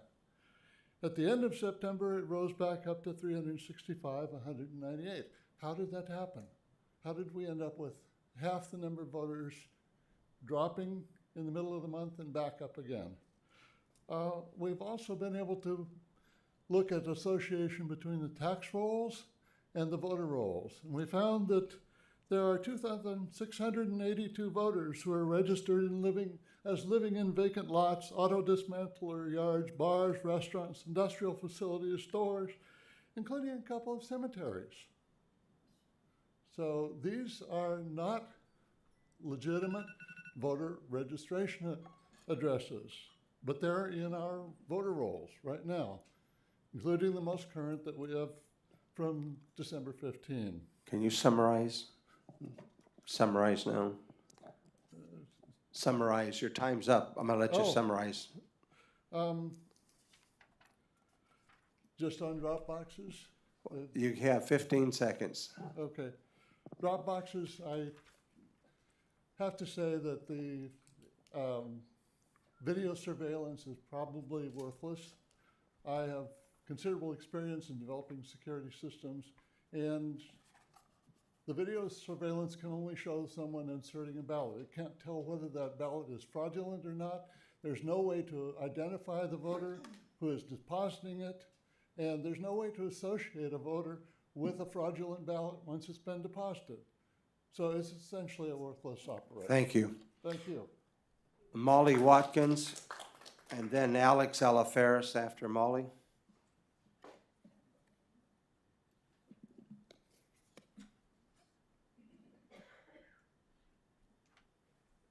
Hello, Hello, my name is Molly Watkins. I am a little concerned about this word inactive voter on the rolls and then unregistered voters.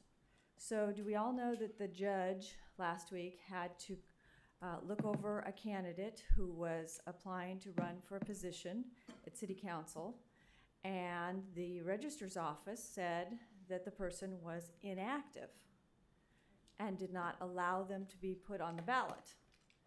Well, the judge looked at it and said that's ridiculous and put the person back on the ballot. So what exactly does that mean?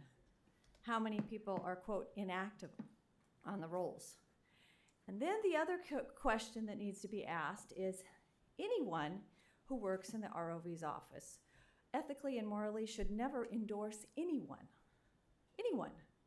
That if you take that job, you need to be neutral. As hard as it is, that's the part that comes with the job. That's required. And when you step away from that and decide you're going to endorse somebody, whoever works in that office that does that needs to go on their way. Because we're here to run clear, precise, and accurate and noble elections. Endorsing the next door neighbor when you work in that office is not acceptable. It's just not acceptable. There's no other reason for it. And if you can't do that, you shouldn't be working in that office. So we need to take that in consideration. Maybe the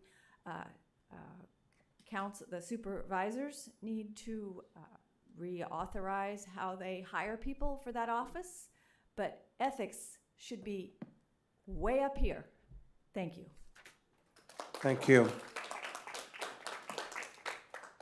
Is Alex Alaferis here? Yeah. And then I know him as Motec. You'll follow Alex. Hello, my name is Alex Olaferis. So first of all, I didn't see in the radio ad about voting in person. Maybe I didn't hear it right. On the TV ad, I heard it. The radio ad, go back, make sure the ad, you could also vote in person, because the problem is a lot of people, everyone gets the absentee ballot and they think, oh, I just have to mail it in. They don't know that you could vote in person. We're giving a different message. When you send a ballot in to every person's mailbox, they're like, oh, I gotta send it to the Dropbox. They don't know that you could also vote in person on the day of the election, like everyone else does in the world. The nation of Argentina, they have one-day election. Same day, paper ballots. Same thing in Greece. Same thing in Mexico. Same thing in India and France. And I think they also take their fingerprints. Some of these countries, they got voter verification. We don't. That's very alarming. The other issue is we should go down to 14 drop boxes. And I personally have driven to every police station in our county. In Lodi, people could go and pay their electrical bill across the street across the street where the Lodi police station is. There's a parking lot. They could park over there. They could park on the street. They could walk it over there. They could drop it in. No problem. I've been to Manteca police station. It's the same thing. Very accessible. I've been to Tracy police station. Very accessible. It's where the city hall is. There's parking out there. Same thing in Escalon. Same thing in Lathrop. Same thing in, Stockton, I may agree, but something could work out. You have the city hall, you have, fire station around, but they're accessible. That shouldn't be an issue. And this also, I've been recently reading the Federalist Papers and the Anti-Federalist Papers. There's one anti-federalist paper that I encountered. Now, I won't go into detail. I won't have too much time. I'll bring the book and I'll mention it. But basically, it said something. They were very concerned about the future of our elections in America. And when I read it, I'm like, this man predicted the future of what has become of America. Our elections are centralized, run by government. and it's totally away from the people. Totally away from the people. And we need to get back to transparency and back to where the people, talk to anyone on the street. Your time is up. They'll tell you a lot. Thank you, Alex. Mr. Sanchez.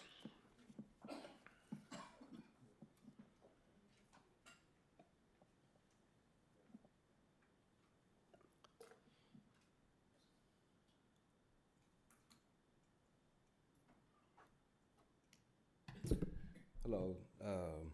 I can't speak to any conspiracy theories, but what I can speak to is my own personal experience. And I know about a decade ago when I ran for office, 2 months after the election, hundreds of ballots in my race were found in the back of a mail truck. That could have made a difference in my election. But that's neither here nor there. Let's talk about current day. I know you've said it's about the position, but I have to address the person that's in the position. I need to say publicly that there are currently issues with Olivia Hale as the county registrar. And that's coming from somebody who has supported her from the beginning, who gave her a chance, who was very critical of the previous registrar. But the facts cannot be ignored, and the behavior and the patterns cannot be ignored. There have been several issues that I have personally witnessed and noticed in regards to the recall election of former SUSD President Angel Ann Flores and a recall attempt on her that was purposely delayed because of quote unquote mistakes coming out of the registrar's office.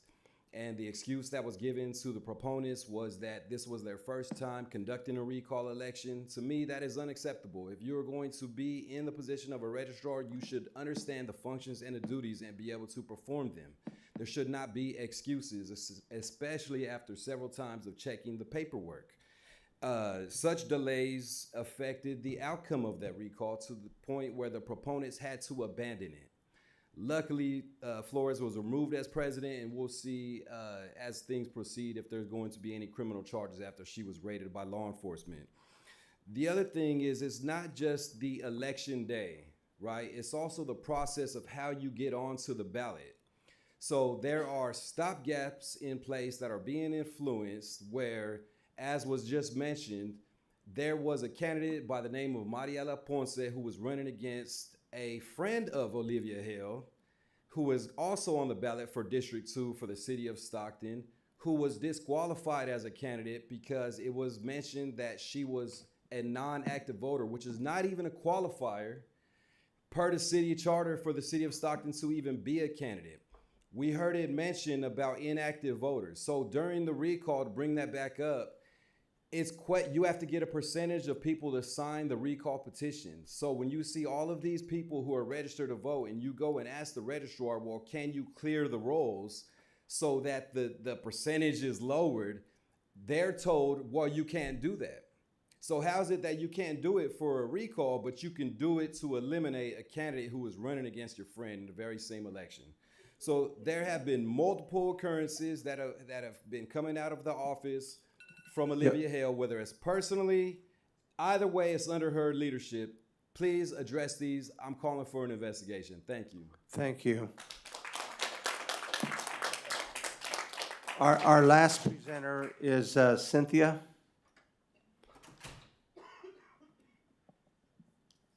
I was handed this card last. Oh, there you are. Okay.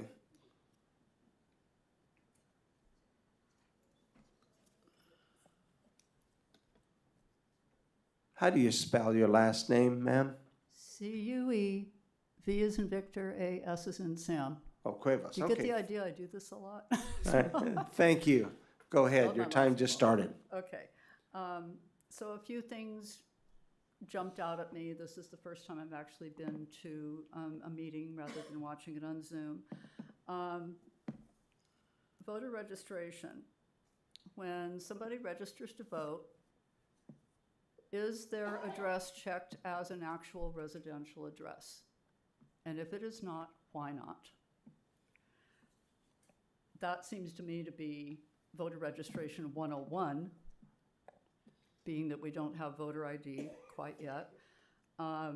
Accepting a fraudulent address or not bothering to check, to me, is either fraud or incompetence, or someone higher up said, oh, you don't have to do that. I don't know. I don't know. Secondly, 25 drop boxes. 25. Do the drop boxes have a shutoff valve when they've had their 1,700 ballots put in? Apparently not. May I suggest that for the drop boxes, or get rid of them? Just don't use them. You know, if they can be stuffed, what's the point? And people that stuff drop boxes are not, you know, nice legal people. They have an agenda. So I would think it should be gotten back down to 14. I do not understand in a county our size why we suddenly have to have 25 drop boxes. I just don't. Maybe it's me. Ballot signatures, if they're required and not present, why is the ballot counted?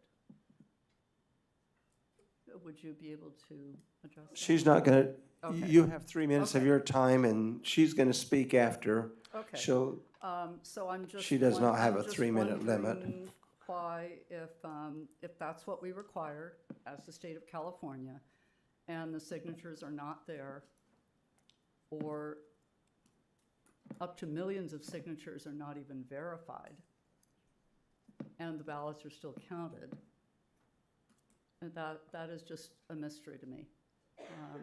We should be encouraging people to vote in person, and frankly, we should be verifying their identity some way, somehow, and maybe someday we will. Thank you. thank you for your time. Moving the agenda, registrar of voters' comments.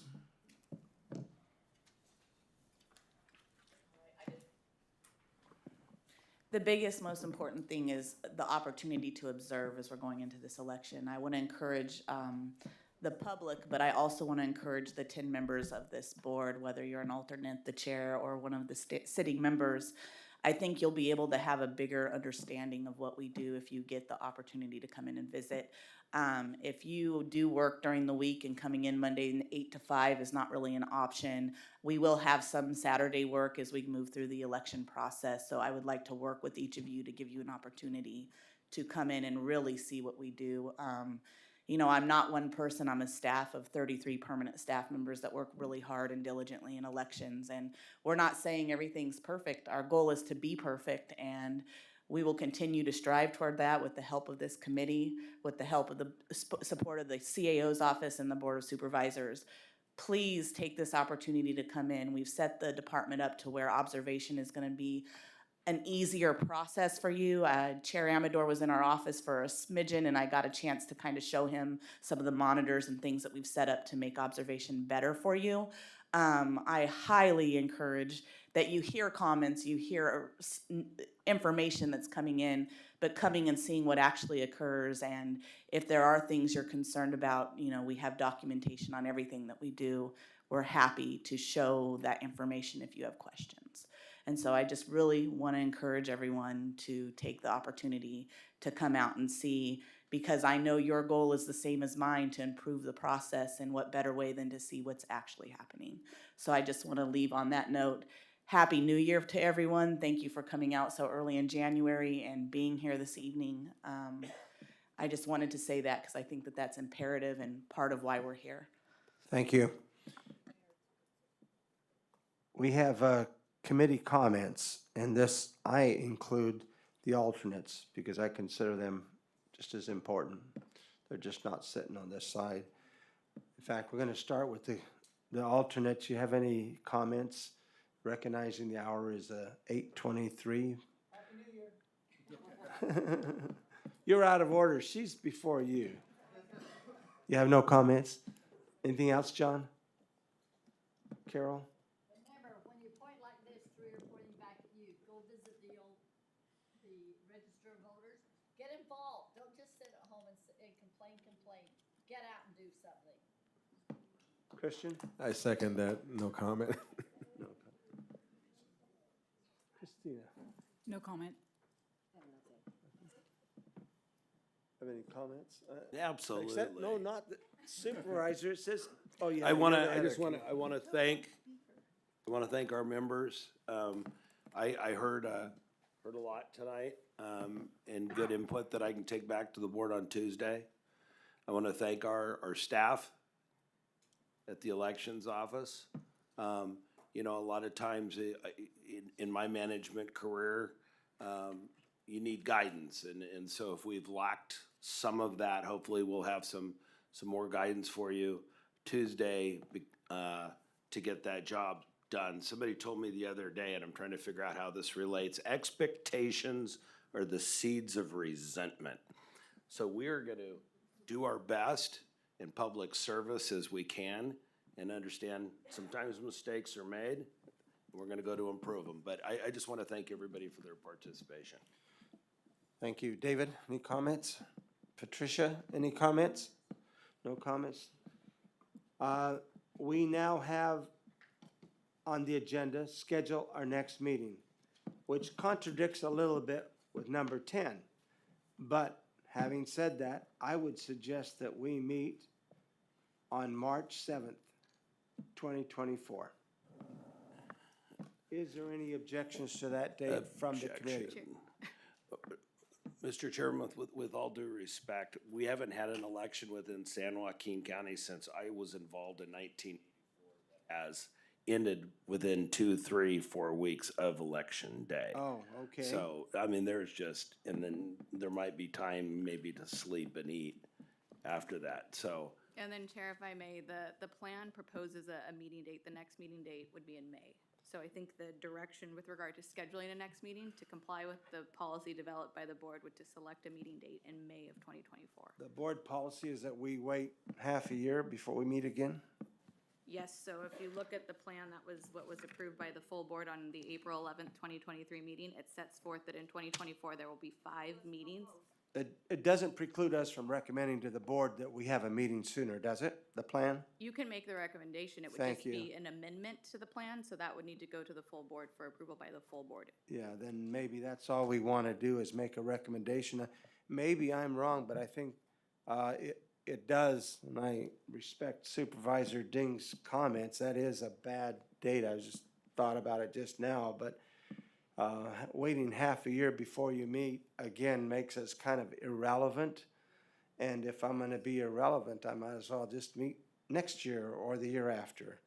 I'm speaking personally, it's a very personal, this is a very, very important committee. And Can I ask a question, Mr. Chairman? Yes, and Just so it might give you some guidance. When is certification of the election due? It'll be done on April 2nd. Okay. April 2nd, April 5th, I'm sorry. so, Yeah, it's 28 days, so yeah, April 2nd, sorry, I just remember it, And 28 Now- or 30 days. Chair, the plan that I'm speaking of with respect to excuse that- me, folks, Sorry. let's hear Yeah, just from with legal respect counsel. to the second meeting, it actually, the board took into account that the intent is for the next meeting to be in May, which would be 30 days after the election results are certified and forwarded to the Board of Supervisors. So it was intentional that there be a break in meeting frequencies until May. Right, and the charge from the supervisors was a little bit broader than just being in sync with each election, because fraud occurs at different stages in the process, or something may come up that's important. And I don't know if there's an ability to call a special meeting of us, if that was envisioned, but when you stay a half a year, I don't think I'm really relevant individually. I'm not speaking as the chairman of this committee. I'm speaking from my comment as an individual. And if my relevancy is important every 6 months, I am bothered by that. I'm not resigning, I'm bothered by it. And so I would maybe entertain a motion that we recommend to the board that our meeting be sooner than half a year. And maybe I'm alone, maybe you ought to go around the room. We'll start with Christina. Any comments?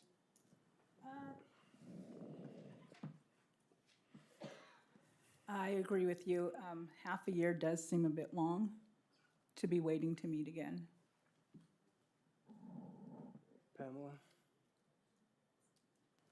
I think you make a very valid point that waiting a half a year is just not reasonable. I agree. I don't see why if we can't meet in the immediate aftermath of the primary, why not meet next month before?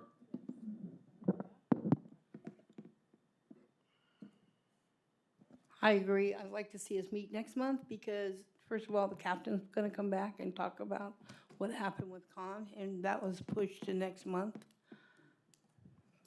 Alternates? Any?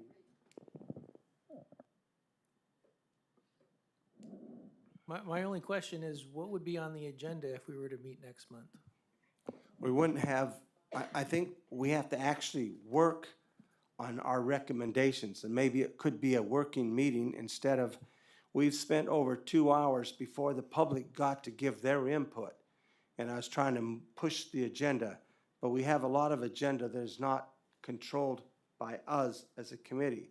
So us as a committee, and I'll offer it again, I did at the very beginning, send me your ideas for an agenda, something that we could work on. The broad form charged to us by the Board of Supervisors, unless they change their mind, is to give confidence to the public that our elections are great. And today, if I were a professor giving a grade, it wouldn't be an A and it wouldn't be a B. And so I think that's what our goal is. I think we're all dedicated. Every person that's in this room is working hard and wants good, honest elections. We don't have that good touchy-feely right now, as evidenced by my comments and other people's comments. So I would recommend that we, barring the Board of Supervisors saying that, no, we can't have it, maybe I'll just open up to the members when you would suggest a next meeting date. Through the chair?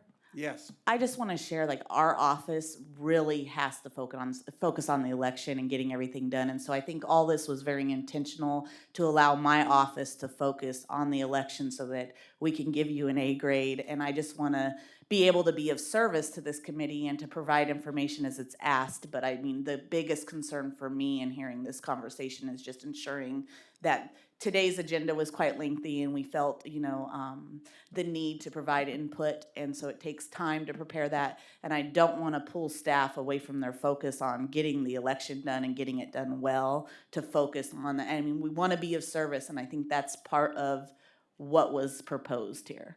I'm going to let the members speak in a minute, but the agenda is not our agenda.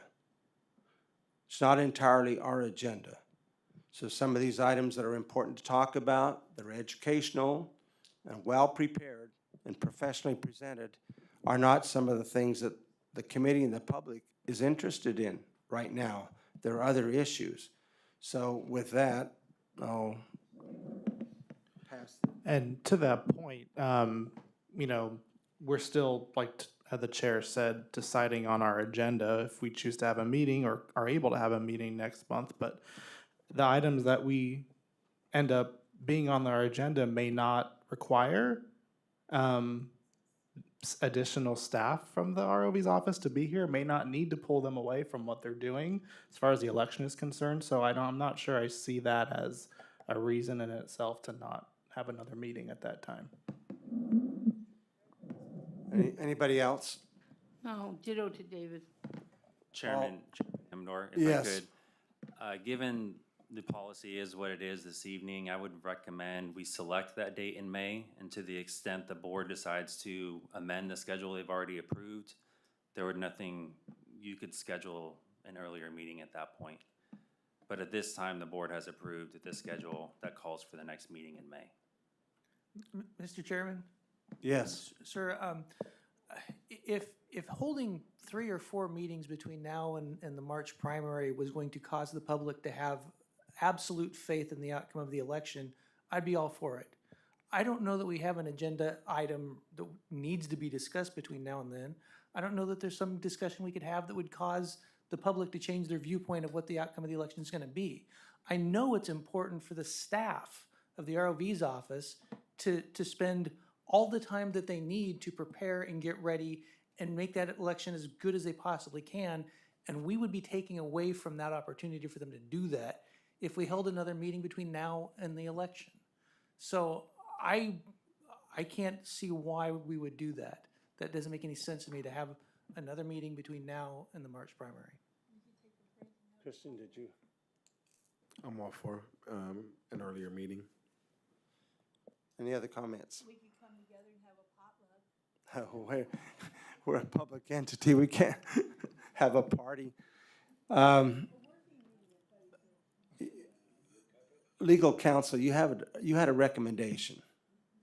No, I Or was actually it Josh's yeah, I recommendation? think Josh had the recommendation, but I was just going to seek clarification because to the extent that you are seeking an additional meeting, it would be a request to formally amend the policy and the schedule. It would be a recommendation to the Board of Supervisors that we have a meeting. It wouldn't be setting a meeting. They would have to amend the original. I guess my preference, and sorry to interrupt, would be that if we're going to amend the schedule, that we specify what amendment that this committee's proposing. I would be the setting of the meetings. That's the issue right now. We're talking about not meeting till. So I guess the amendment, so the proposal would be to amend the 2024 schedule as previously set forth by the board to incorporate an additional meeting date. So 6 times, you would meet 6 times in 2024 and then propose the next meeting be in March. And then nothing would change regarding the remainder of the schedule for 2024. That's the specification that I think the recommendation needs to propose to the board. Yeah, Otherwise, some we'll be folks approaching are this in advocating next month. I would advocate March as a recommendation to the Board of Supervisors that we have the ability to meet.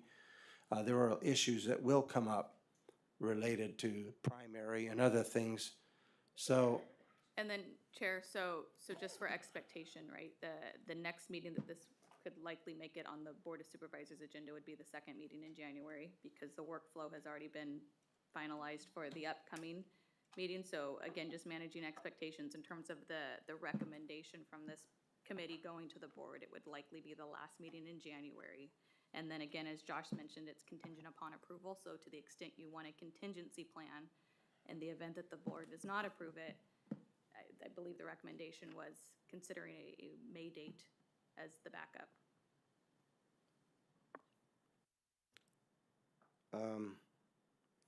I thought we had talked about March, but we're precluded right now by the language of having another meeting until June under the original.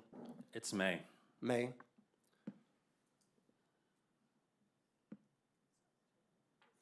Well, I would like the masses to make the decision. Is there, we'll move on with the agenda if there's no motion to set a next meeting, because our agenda is schedule next meeting.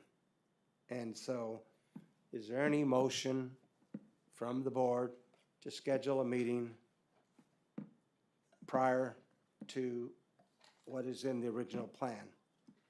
I'll make a motion. What is your motion? I would like to make a motion that we as a committee recommend to the board that we have an additional meeting before our next scheduled meeting in May. With no specific date, just a recommendation. Is there a second on that motion? I'll second it. Seconded. Any discussion? All right, let's just call for the vote. All those in making that recommendation to the Board of Supervisors, say aye. Aye.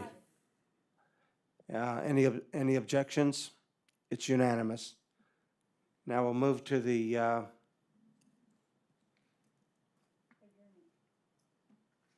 where are we? We're schedule our next meeting. Adjournment. Motion made by Patricia Barrett to adjourn the meeting. Is there a second? Chairman Amador, I do Yes. still think you should select a date in May. That is the next month where you're scheduled. We have made a recommendation for March 7th, and if the Board of Supervisors tells us no, if under the comprehensive plan, we call for a meeting on the 24th. It doesn't need a motion from the board because it's already in the comprehensive plan.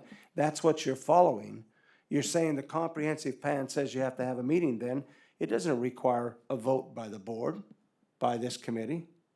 Now, if, this is a legal question, it's not for you unless you're an attorney and you want to answer her question, but it's already set for May 2024. We're asking a recommendation, go to the Board of Supervisors to have another meeting set ahead of that date. Right, I understand that, but I'm suggesting a specific day in May so people can plan accordingly. It says, oh, I see.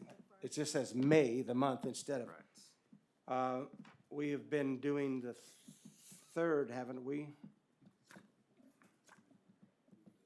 You've been doing the second. It has to be on a Thursday. The 9th then? I would suggest May 9th then.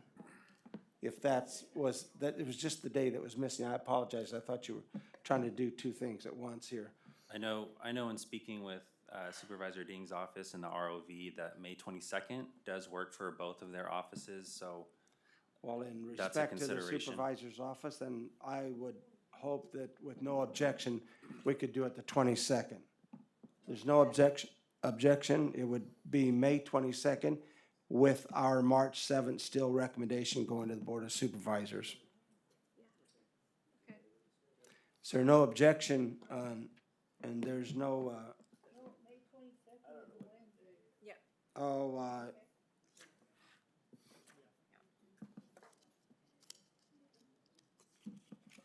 It's, yeah, Thursday is the 23rd.